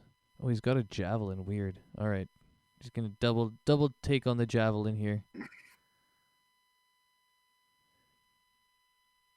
Both of those hit. The 13 is the AC of the dwarf for 12 damage. You can see this dwarf is like really mad as he's like yelling at Rengar in dwarvish, like in the ones who can understand. He's saying, it's me, what are you doing?" Oh fuck. All right, and at this point, Rengar is under the influence of the Naga. Next is the Chul. The Chul is going to attack... wait, which one? Yeah, it's the top one. It's going to attack the dwarf that's at the very top, to the left of Rengar. He does a multi-attack as well.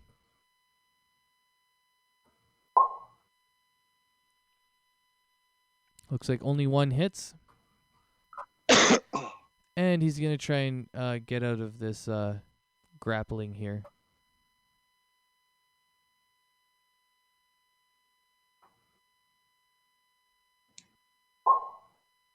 Nice. And he does. So he is not grappled or anything like that, but he does take the 12 bludgeoning damage.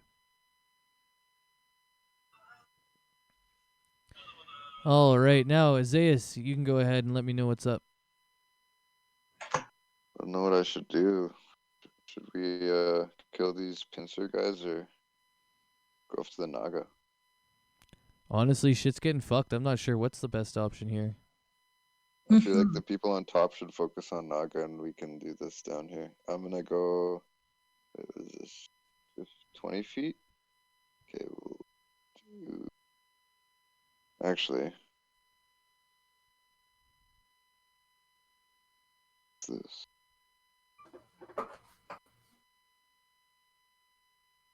Okay, so I'm gonna move over here towards this guy.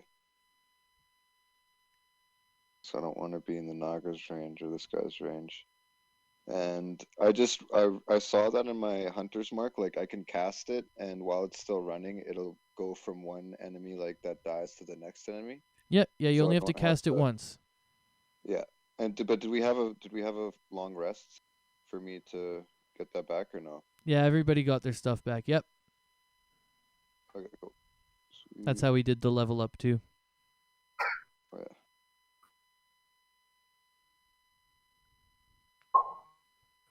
Oh fuck, that was the wrong one. Sorry.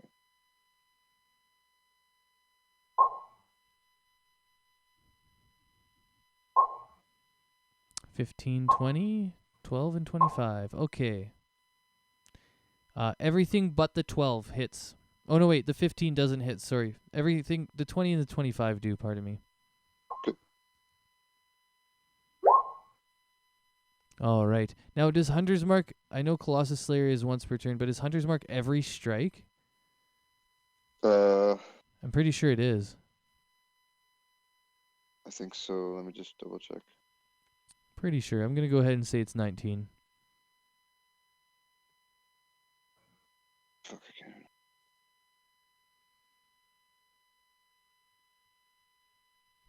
Don't worry about it too much right now. I'm just gonna say it is. If it's not, I'll bring back the health that went down. But it's only 3 extra. But yeah, do you want a mobile move or is that the end of your turn? Oh yeah, we'll mobile move just 5 over here.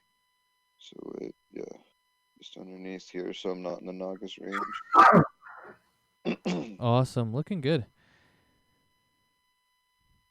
All right, we got a dwarf here. He is going to attack the Chul, it's called. These large pincery dudes. It's like jewel, but spelt CH.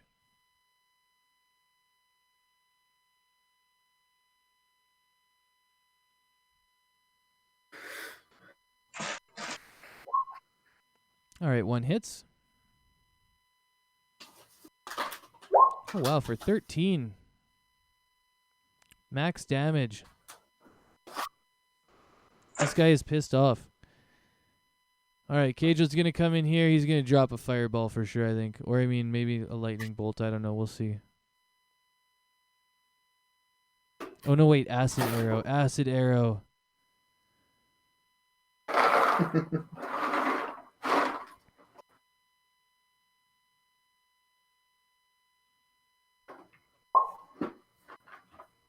All right. 17 hits. Yeah. Booyaka.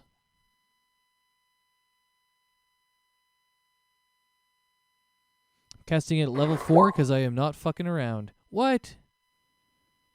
I rolled 2 1s on the extra damage. Oh. I should have just rolled it at level 2 anyways.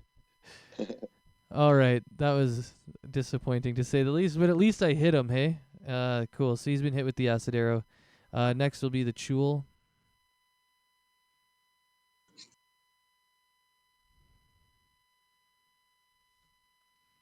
Let's see if he can grapple one of these dudes. He's going to go for the one that's hurt already in the middle.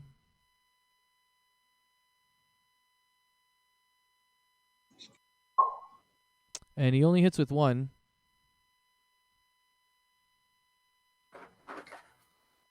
For 10, and we'll get the strength on that.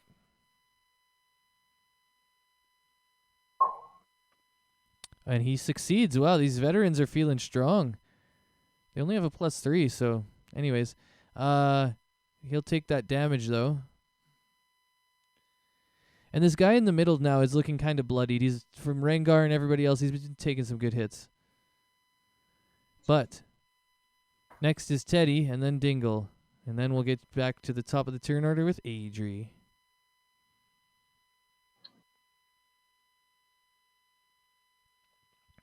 The cool thing about Teddy is he can just reach over people with his crazy polearm reach. So he's just kind of standing behind these two guys, but he's going to swing on the Chul with his silver polearm.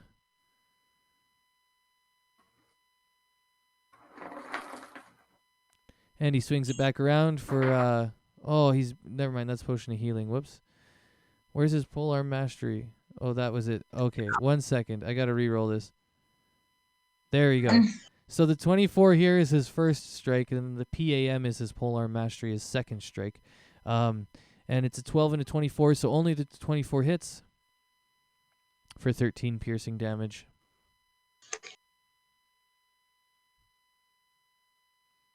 He struck the one on the left. That's the first strike that the one on the left has taken. The one on the right, the Chul, is looking a little bit beat up. Now Dingle's going to go ahead and drop some shit, and then we'll get to you, Adri.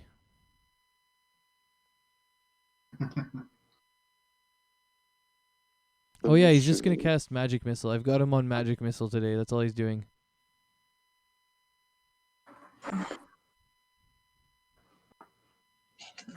Perfect. Those are some good rolls. 14 on the guy on the left. And that gets us all the way down to Adri. Go ahead. Okay.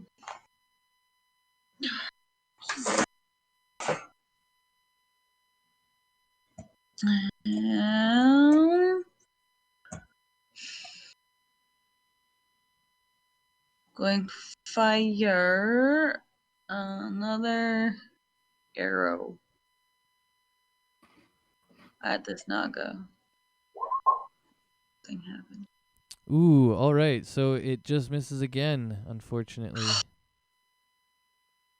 At least you're staying away. You're not getting beat up. Yeah. Cool. Do you want to move anywhere or do any other thing else? Yeah, I think I want to get a bit closer.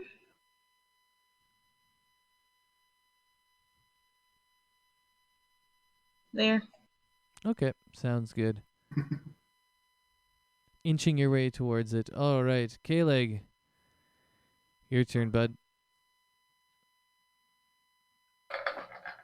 Hey, what's up, everybody? Having a great session here. We're going to go to 420 at least today. Oh, there we go. I see some lightning coming down here.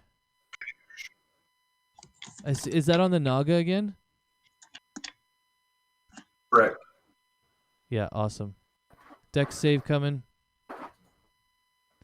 on this call of lightning. Looks like it fails again. Oh, wow. Cool. And so it takes all 23 of that lightning damage once again. Nice cast. Good job. Yeah, Okay, you're yeah. actually making it hurt now. It's looking pretty bloodied, and it's kind of got cracks in its scales and stuff from the electricity crackling through it and making blisters.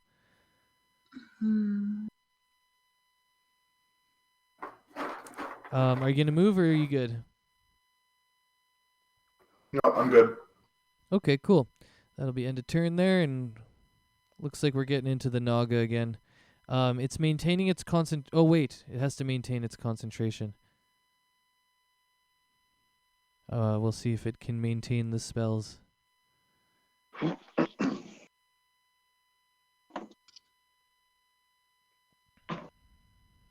You hit me for 23. Oh, that's a good... Yeah, it passes. Okay, so it's still dominating Rengar down here. He's being charmed by it, and it's gonna get to go ahead and do another action here.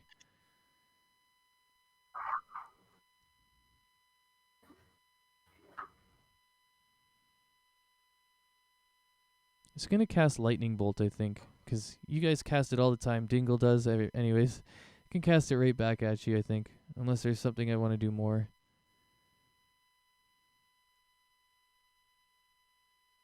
Actually, let's do this one. I got a better idea. We're gonna cast Sleep, and I'll show you on the map where it's going. Who on whom? The Naga, I'll show you on the map. So it casts it in an area, a 20-foot point, like a radius within a 20-foot point.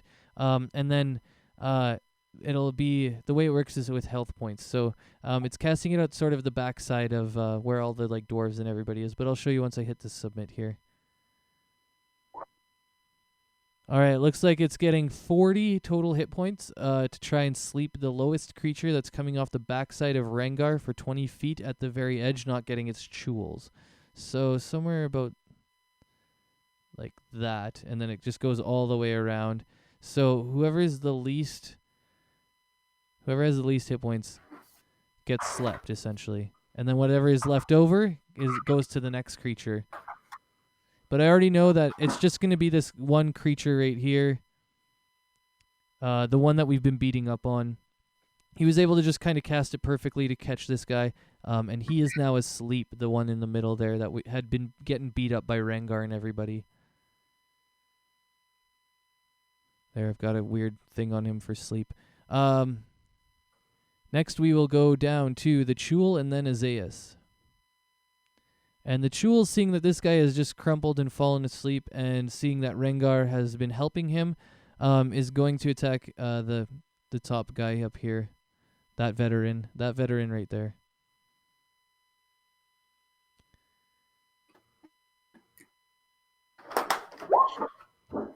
Ouch. All right, so he hits with both, and he'll have to do this twice now. But there's 19 damage I'm gonna take right away. And then he's going to do 2 strengths. Let's see if he can do 2 strength saves. Hey, what's up, naughty kittens? Nice to see you coming out here. I'm DMing right now, so I'm going to be not able to chat much. All right. Alrighty. Where's strength? There it is.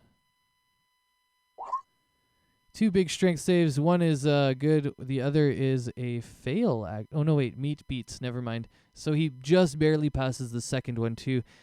This guy's getting his ass handed to him by this Chul, but luckily he's very strong and he's able to break out of the grasp of these large claws that it has, which is really good because once you get grappled by this thing, some other things happen. So it's kind of good that nobody's gotten grappled up to this point. Everybody's doing really well on their saves. But Azaius, let's see what you got, man. Hey, I'm here. No worries. Do my 1-2s on him. I can talk a little bit while the other players do their stuff. But yeah, I hope you're doing well. I hope everything's all good. So, how are we gonna play this? Am I gonna, every time I do Hunter's Mark, do I have to recast it, or are we just gonna take that first one that I got from? I can take it from the first one if you want. I don't care, honestly. Okay, yeah, let's just do that. Okay. And then I might make you change it when you transfer it, though. I don't care. Either way. Yeah, honestly, it's going to be 1d6 every time. It's not that much damage. So if it's a 1 or a 6, it's not going to make that big of a difference. So, short sword 2 hits. Does the dagger hit? The dagger is the meet and greet. You just snuck that one in there, bud. So you get 3 plus all the Hunter's Mark damage times 3. No, it just says +3 on both of them. Plus, so yeah. Because my first one was a 3. Oh, okay, cool. Yeah, we'll take that one then. We'll do it that way. I'll do it that way. So, Good. Yeah, you actually have to roll 1 more damage for me. For which one? The 16 at the bottom. You got a 27, a 19, and a 16. Okay, cool. Oh, my cat's in my face. All right, there we go. So with the Colossus Slayer, the 3 is 9 extra, 19, 28. 33, 39 total damage with a huge one coming down. You're doing it right on the guy in front of you, I assume. Yeah. Huge, huge, huge. All right, this guy is not dead, but he is looking very bloodied and very unhappy. Nice. That was a big one. We've dropped some big ones on these boys already, honestly. Cool, let's get these little... Oh, my cat is really in my face right now. I love cuddling with him, but it's he's got to have his little spot right here. Anyways, yeah, the scout and then me. And then the Chul and then Teddy. Oh my god, it's like 5 turns of just NPCs. Alright, but that's how it will be. After this, we'll never have Teddy again. We'll never see him. I'll never have to play him. And Dingle will be back. Long sword attacks. Miss. Lame. Super lame. K-drills attacks. This time I think he's just going to drop a sleep of his own. Because one of them's looking pretty done already. Coming in at level 3, give it some extra kick. 29. Yeah, you see the one on the right that was looking pretty much dead. He goes to sleep.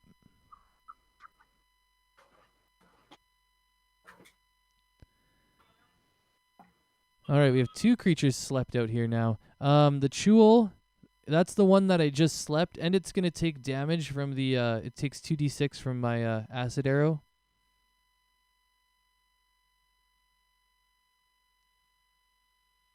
So it takes an extra 7. It wakes up due to that damage, so it's going to get an attack.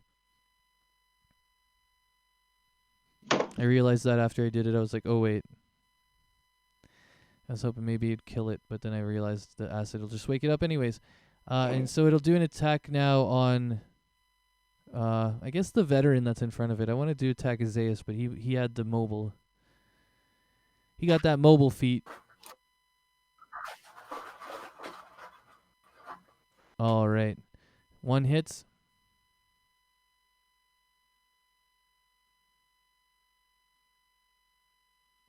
For 12, and this time this guy is grappled. Now the Chul gets another attack on that because he grappled him.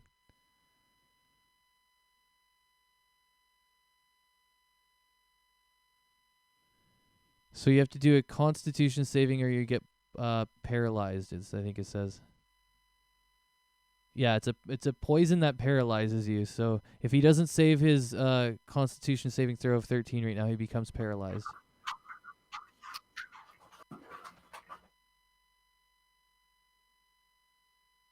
All right, so that guy is now paralyzed, and he's in the pincer, completely limp, essentially. I've got him asleep, too. He's not really asleep, but whatever. All right. Teddy, Dingle, then we get to Adri.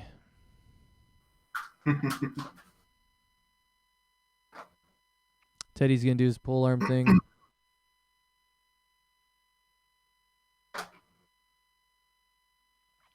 Hitting a hit. 425.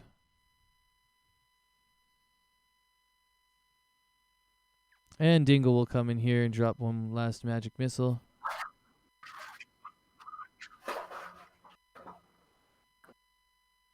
For a total of 12. All right, so what you're seeing now is the one on the left is now looking a little bit bloodied as well. He's not looking in very good condition at all. And the one on the right is basically dead. It's within an inch of its life as the poison from the poison dart is eating away at it within the last little bits of its life. But now we are back to the top of the turn order. So, Adri, you can go ahead with your turn.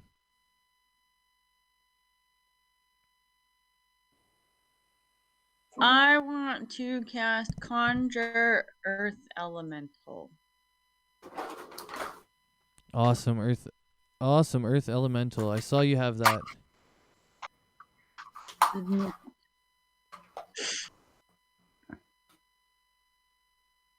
I'm not used to this, so I'm just going to give it a quick read over. Okay, 2 or low challenge rating. Oh, do you just want one or do you want a bunch of them? I think maybe 2 Okay, because it's harder. 2. Okay, 2 level 1, 2 challenge rating 1 creatures coming right up. Yeah. And I'll give you a representation for them.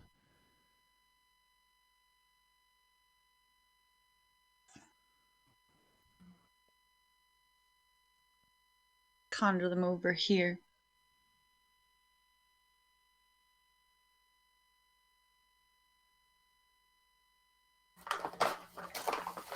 Huh, weird. It has like no good tokens for that.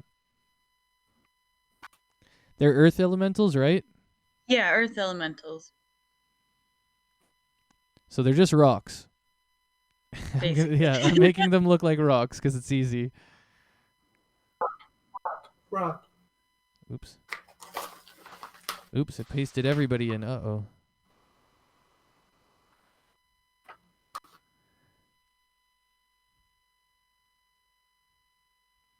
Cool. All right. Was that where you wanted them? Sorry, I didn't see where you wanted them. No, probably next to the Naga because it's 90 feet range. So. Oh, okay, cool. I didn't know that. All right, let's go see. Oh yeah, right next to him. Perfect. Yeah.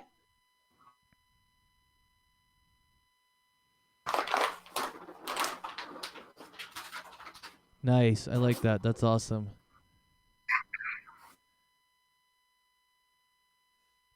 And yeah. Is that the end of your turn? Or do they do an attack yet? Casting time 1 minute. Oh, okay. So it's gonna take a. Oh I think shit. you have to do that actually before combat. It would take 10 rounds of combat to summon them, so that's gonna take a really long time in combat. Well, that might not be the best idea for me to do then. Fair enough. Fair enough. We're all learning our spells here. I don't even know that spell, so I'm like, oh wait, I should have paid attention to that part. that's okay. For next time, we'll bring them up and we'll get it going. Yeah. Ooh, only 7 minutes to 4:20, you guys. All I've got is my little dinky little hooter here. Whoops. Might have to go grab and run Can I some do stuff. that one? Yeah, what if I try to entangle it instead? Oh, that's smart. That's a good one. Okay, yeah, you can definitely entangle it. I'm gonna go ahead and roll that strength save.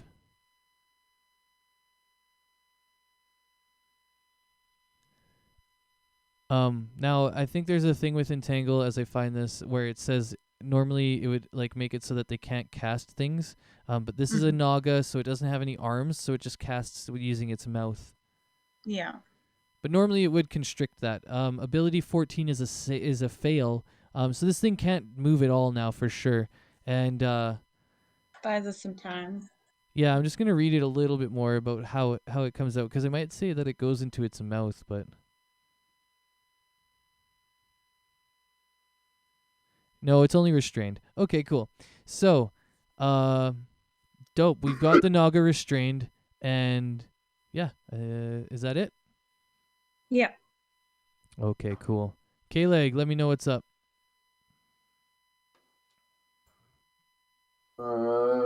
Skadoosh.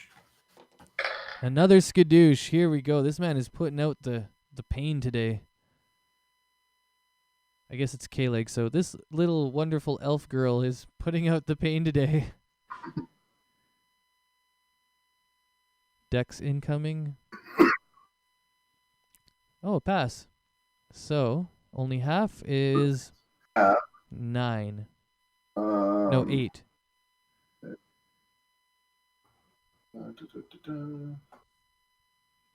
Yeah. Cool. Yeah, you guys are getting really close to taking out that Naga in the back. Like I said before, it's hurt. It's hurting for sure. Yeah. And you like your spot? Finish him. Somebody Yes, finish turn. him. All right. Oh, it's the Naga. Okay. All right. Give me 1 second here. He still controls Rengar. Oh yeah, thank you. Don't let him get away with that. Oh wait, Rengar's not even in the turn order too. I have to get him in the turn order because he would have had an attack. Like he didn't even get a chance to break out of it yet. So I have to do that. I'm gonna do that right now. Yeah, I totally missed him. Oh well, I'll put him in right now after this. You're just like, I already have a dozen. Yeah, Sheriff, exactly, like- right?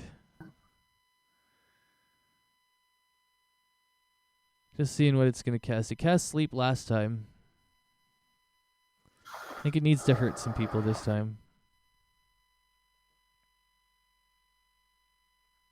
I really want to cast Lightning Bolt, but the Chewels are in the way, and now it can't even move to like get the right angle either, so I might have to cast Sleep again.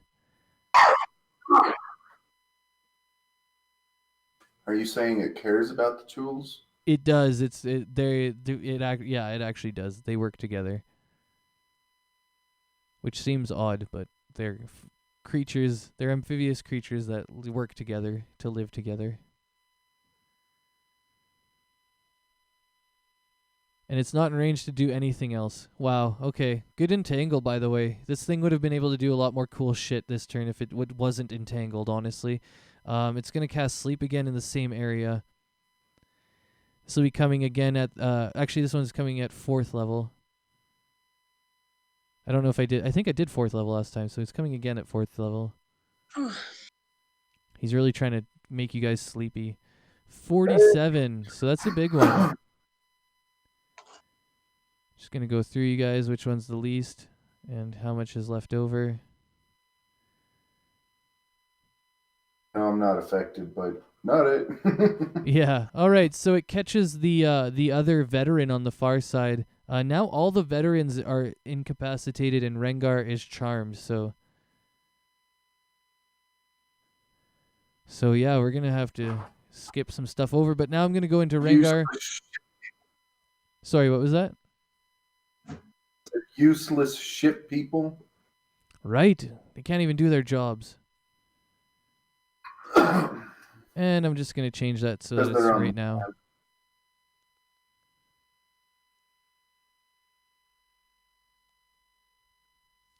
So Rengar's going to take his turn twice because I skipped one and then it's his turn again. Oh wait, no, actually I'll keep the 13. I'll do it once now and then I'll go when it is his turn at the 13 again.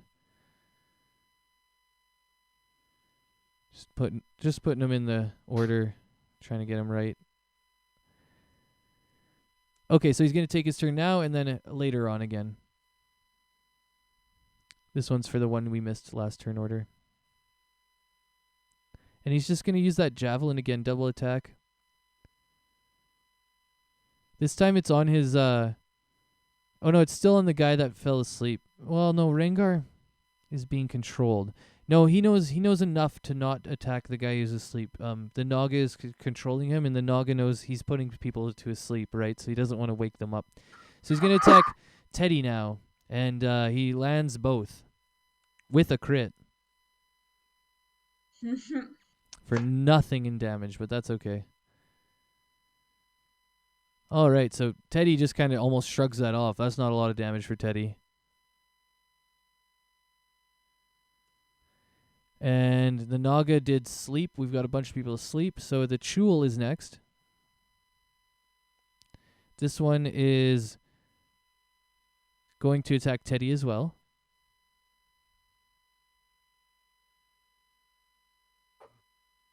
Only one hits.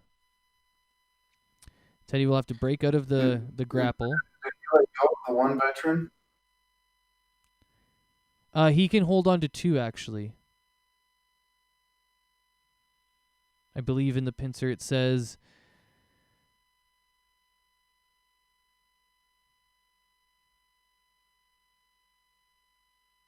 Oh, maybe not. It says one creature grappled. I just know other creatures, if they have something in one hand, they can't attack with it, but it doesn't say that on this one, so... Oh, you're right, actually. So it doesn't say it on it. You're totally right, but it doesn't say it on it. I know what you're talking about. The only thing he can't do right now is grapple more than 2 people at once.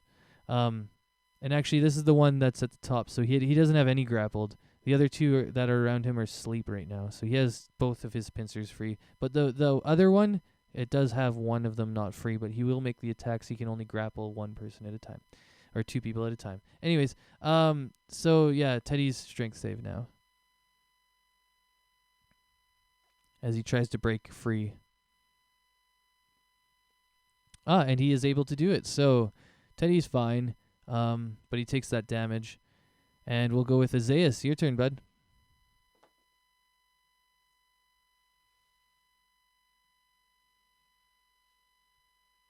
Fell asleep. Is Azaius here? Oh, yeah, he's doing it. I see it. All right.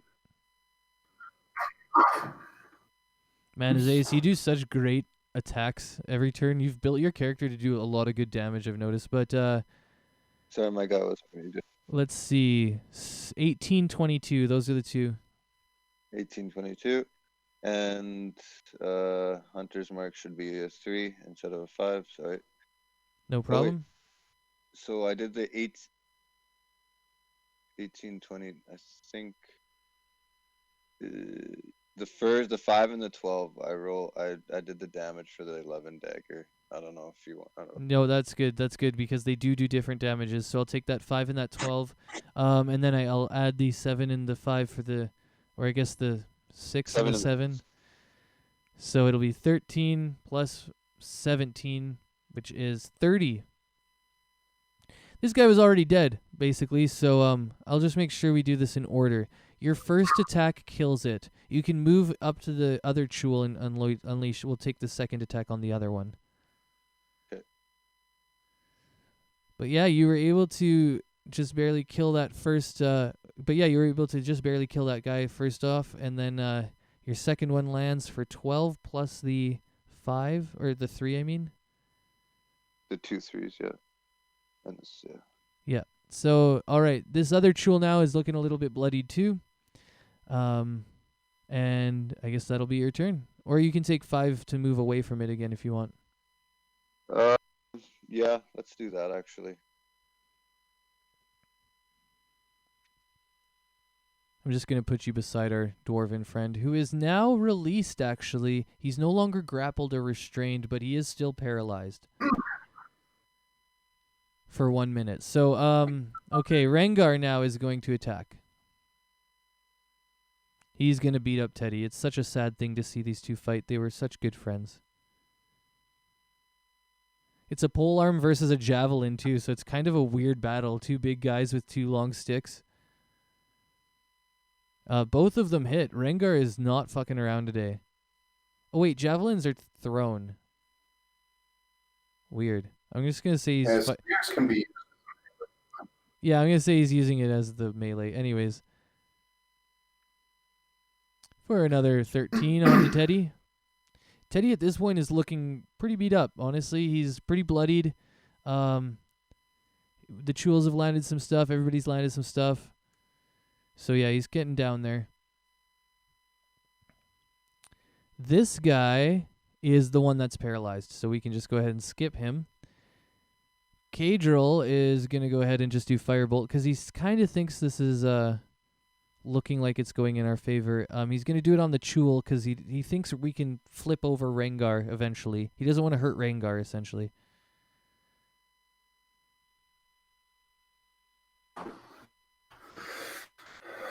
$12 damage onto the Chul. And now the Chul is getting even more beat up. Alright, this is the one that's dead, so we skip him. Teddy, my man, he's probably going to end this other Chul quick. He's not smart enough to defend himself. Definitely not. You're like, not today. Alright, both of those are going to hit.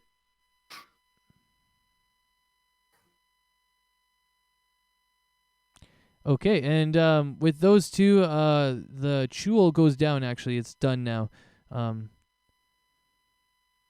So what you guys can see around, just for a recap, both the Chuls have gone down now.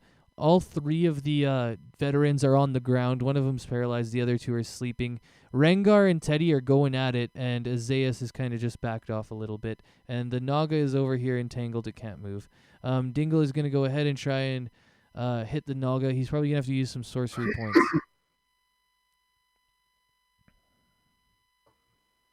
Never mind. He's just going to throw his firebolt at the Naga way in the back.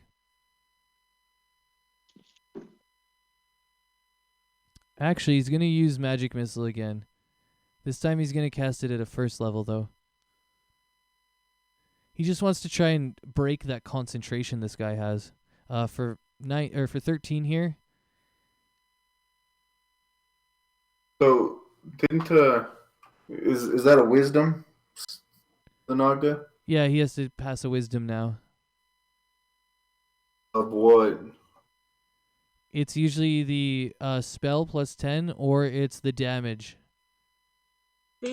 Half the damage, I mean. Pardon me. So his yeah. So his last one of like 20 or whatever was way higher than what he needed. We'll see how it goes this time. It's so right now it would either be 14 because he's casting it at level 4, or it would be half of the damage that he just took from these magic missiles, which is only 6 damage or something. So you take the higher one, which is the 14. And he crits it. Wow. Okay, it's still going down. Rengar is still fighting. Yeah. So on my last turn,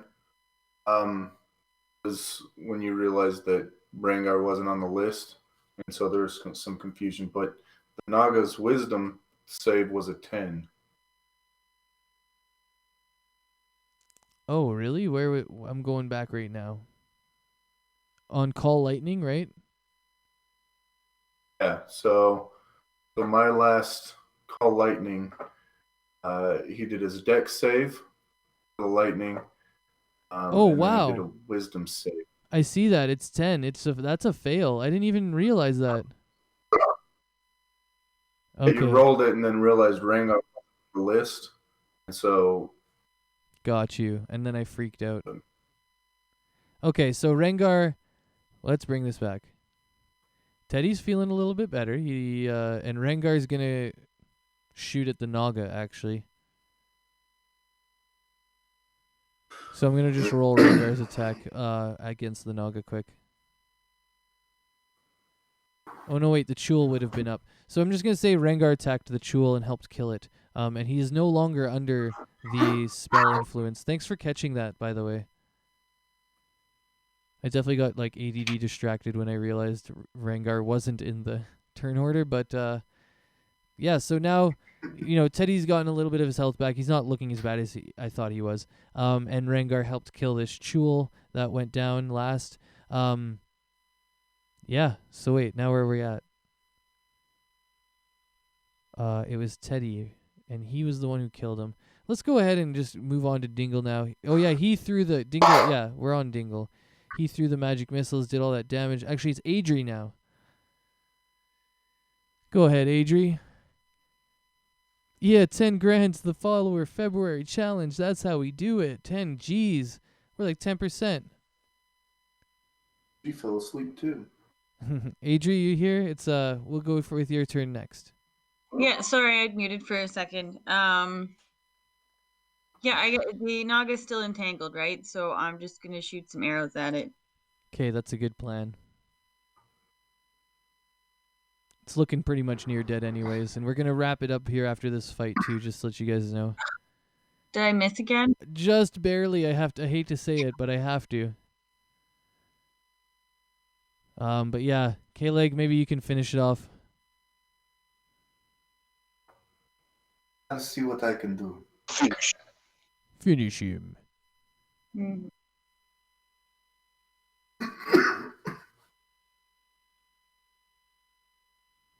All right, it's down to 1 hit point, literally. Yeah. Oh no, wait, that ends it. Actually, I had to do the half. It's 9 and it's 9. That ends it. That's the Naga. The Naga goes down. Well, you can explain. Let me know how it goes. So does it fizzle away when it's not in water? These ones don't actually. I'm pretty sure. One sec. Let me just look it up. The Guardian Nagas, they fizzle away and then they can be reborn after 1d6 days. But I need to look at that. I don't know about this one. I don't think it has the same thing. The Guardian Nagas are a bit cooler than this one. Oh, it does have rejuve. All right. So it does the same thing. It kind of collapses into that Naga goo, and yeah, you can go ahead and scoop up some more if you want. I don't have any more vials, but Okay. but if I can see it dissolving, then I know that it's dead. So Yeah, sounds good. Everybody can see that it's dead now. But yeah, I think I'm gonna wrap up this session here. Normally I end around 4:20, 4:30 anyways, so yeah, I think it's a good time. We'll save some more of the action for when Dingle comes back. And we just did our level ups, so we won't be doing any level ups right now. But there will definitely be lots more levels to be gained because we've already moved through part of level 8. You know, we've got a big fight here that we got experience from, so we'll be close to level 9 in the beginning of the session, next session. are you gonna do XP now or wait till next week? Well, I guess I can just tell you what it is now. Yeah, I'll tell you what it is, but it won't be enough. That's I'm fine, pretty then. sure. 48.5. Where 48,500. where does that get us? No clue.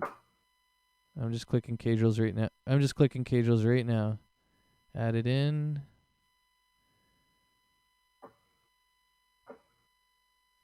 48.5. 48,500. Oh, I put the symbols So it in. says 48,000 is 9. Oh, it is. It is a level. I thought it was like 50, 60,000. Huh. Okay. So Yeah. I guess for everybody then you can spend your time. I'm going to go head out right now. But you can spend your time now if you want to do your level ups. You can go ahead and do that stuff. Yeah, cuz we actually did get a level up. And so we'll just say for posterity purposes that we spend another night here at the boat. Well, Sound we can good? finish that the night. Oh yeah, we need to. Oh my God, that's right. We didn't even get the rest. So yeah, we finished the rest. It's perfect. It works out perfect. Awesome. That's great. I'm gonna join in early next game and do my 2 level ups and also switch out some of my armor or weapons that I didn't get to do last session. If that's cool. Yeah, that sounds good to me. I'll probably be in here Excellent. early too next time. All right. I'm gonna get out of here and get some food then. Yeah, me too. I'm gonna get some supper and stuff in me. Thanks for hanging out. Thanks again, Pixie Fire, for coming by. Lots of fun having you here. Yeah, look forward to more. Have a great night, guys. Yeah, ciao, Sure. ciao. Cheers, y'all. Do you have any questions, K-Leg? I'm just gonna level up right now. All right, cool. Well, I'm gonna head out. Have a good one. You too. All right, and with that, I have closed down my Discord, and we are getting out of the old Temples of the Summoner. Thanks again for tuning in, everybody, and watching some D&D and hanging out with me. It was another great day of D&D. And next time, we'll be coming back for a bit more. Teddy won't be with us anymore, and we'll have a bit of a smaller group as we move through the jungle. But thanks for tuning in, and I'll see you next weekend.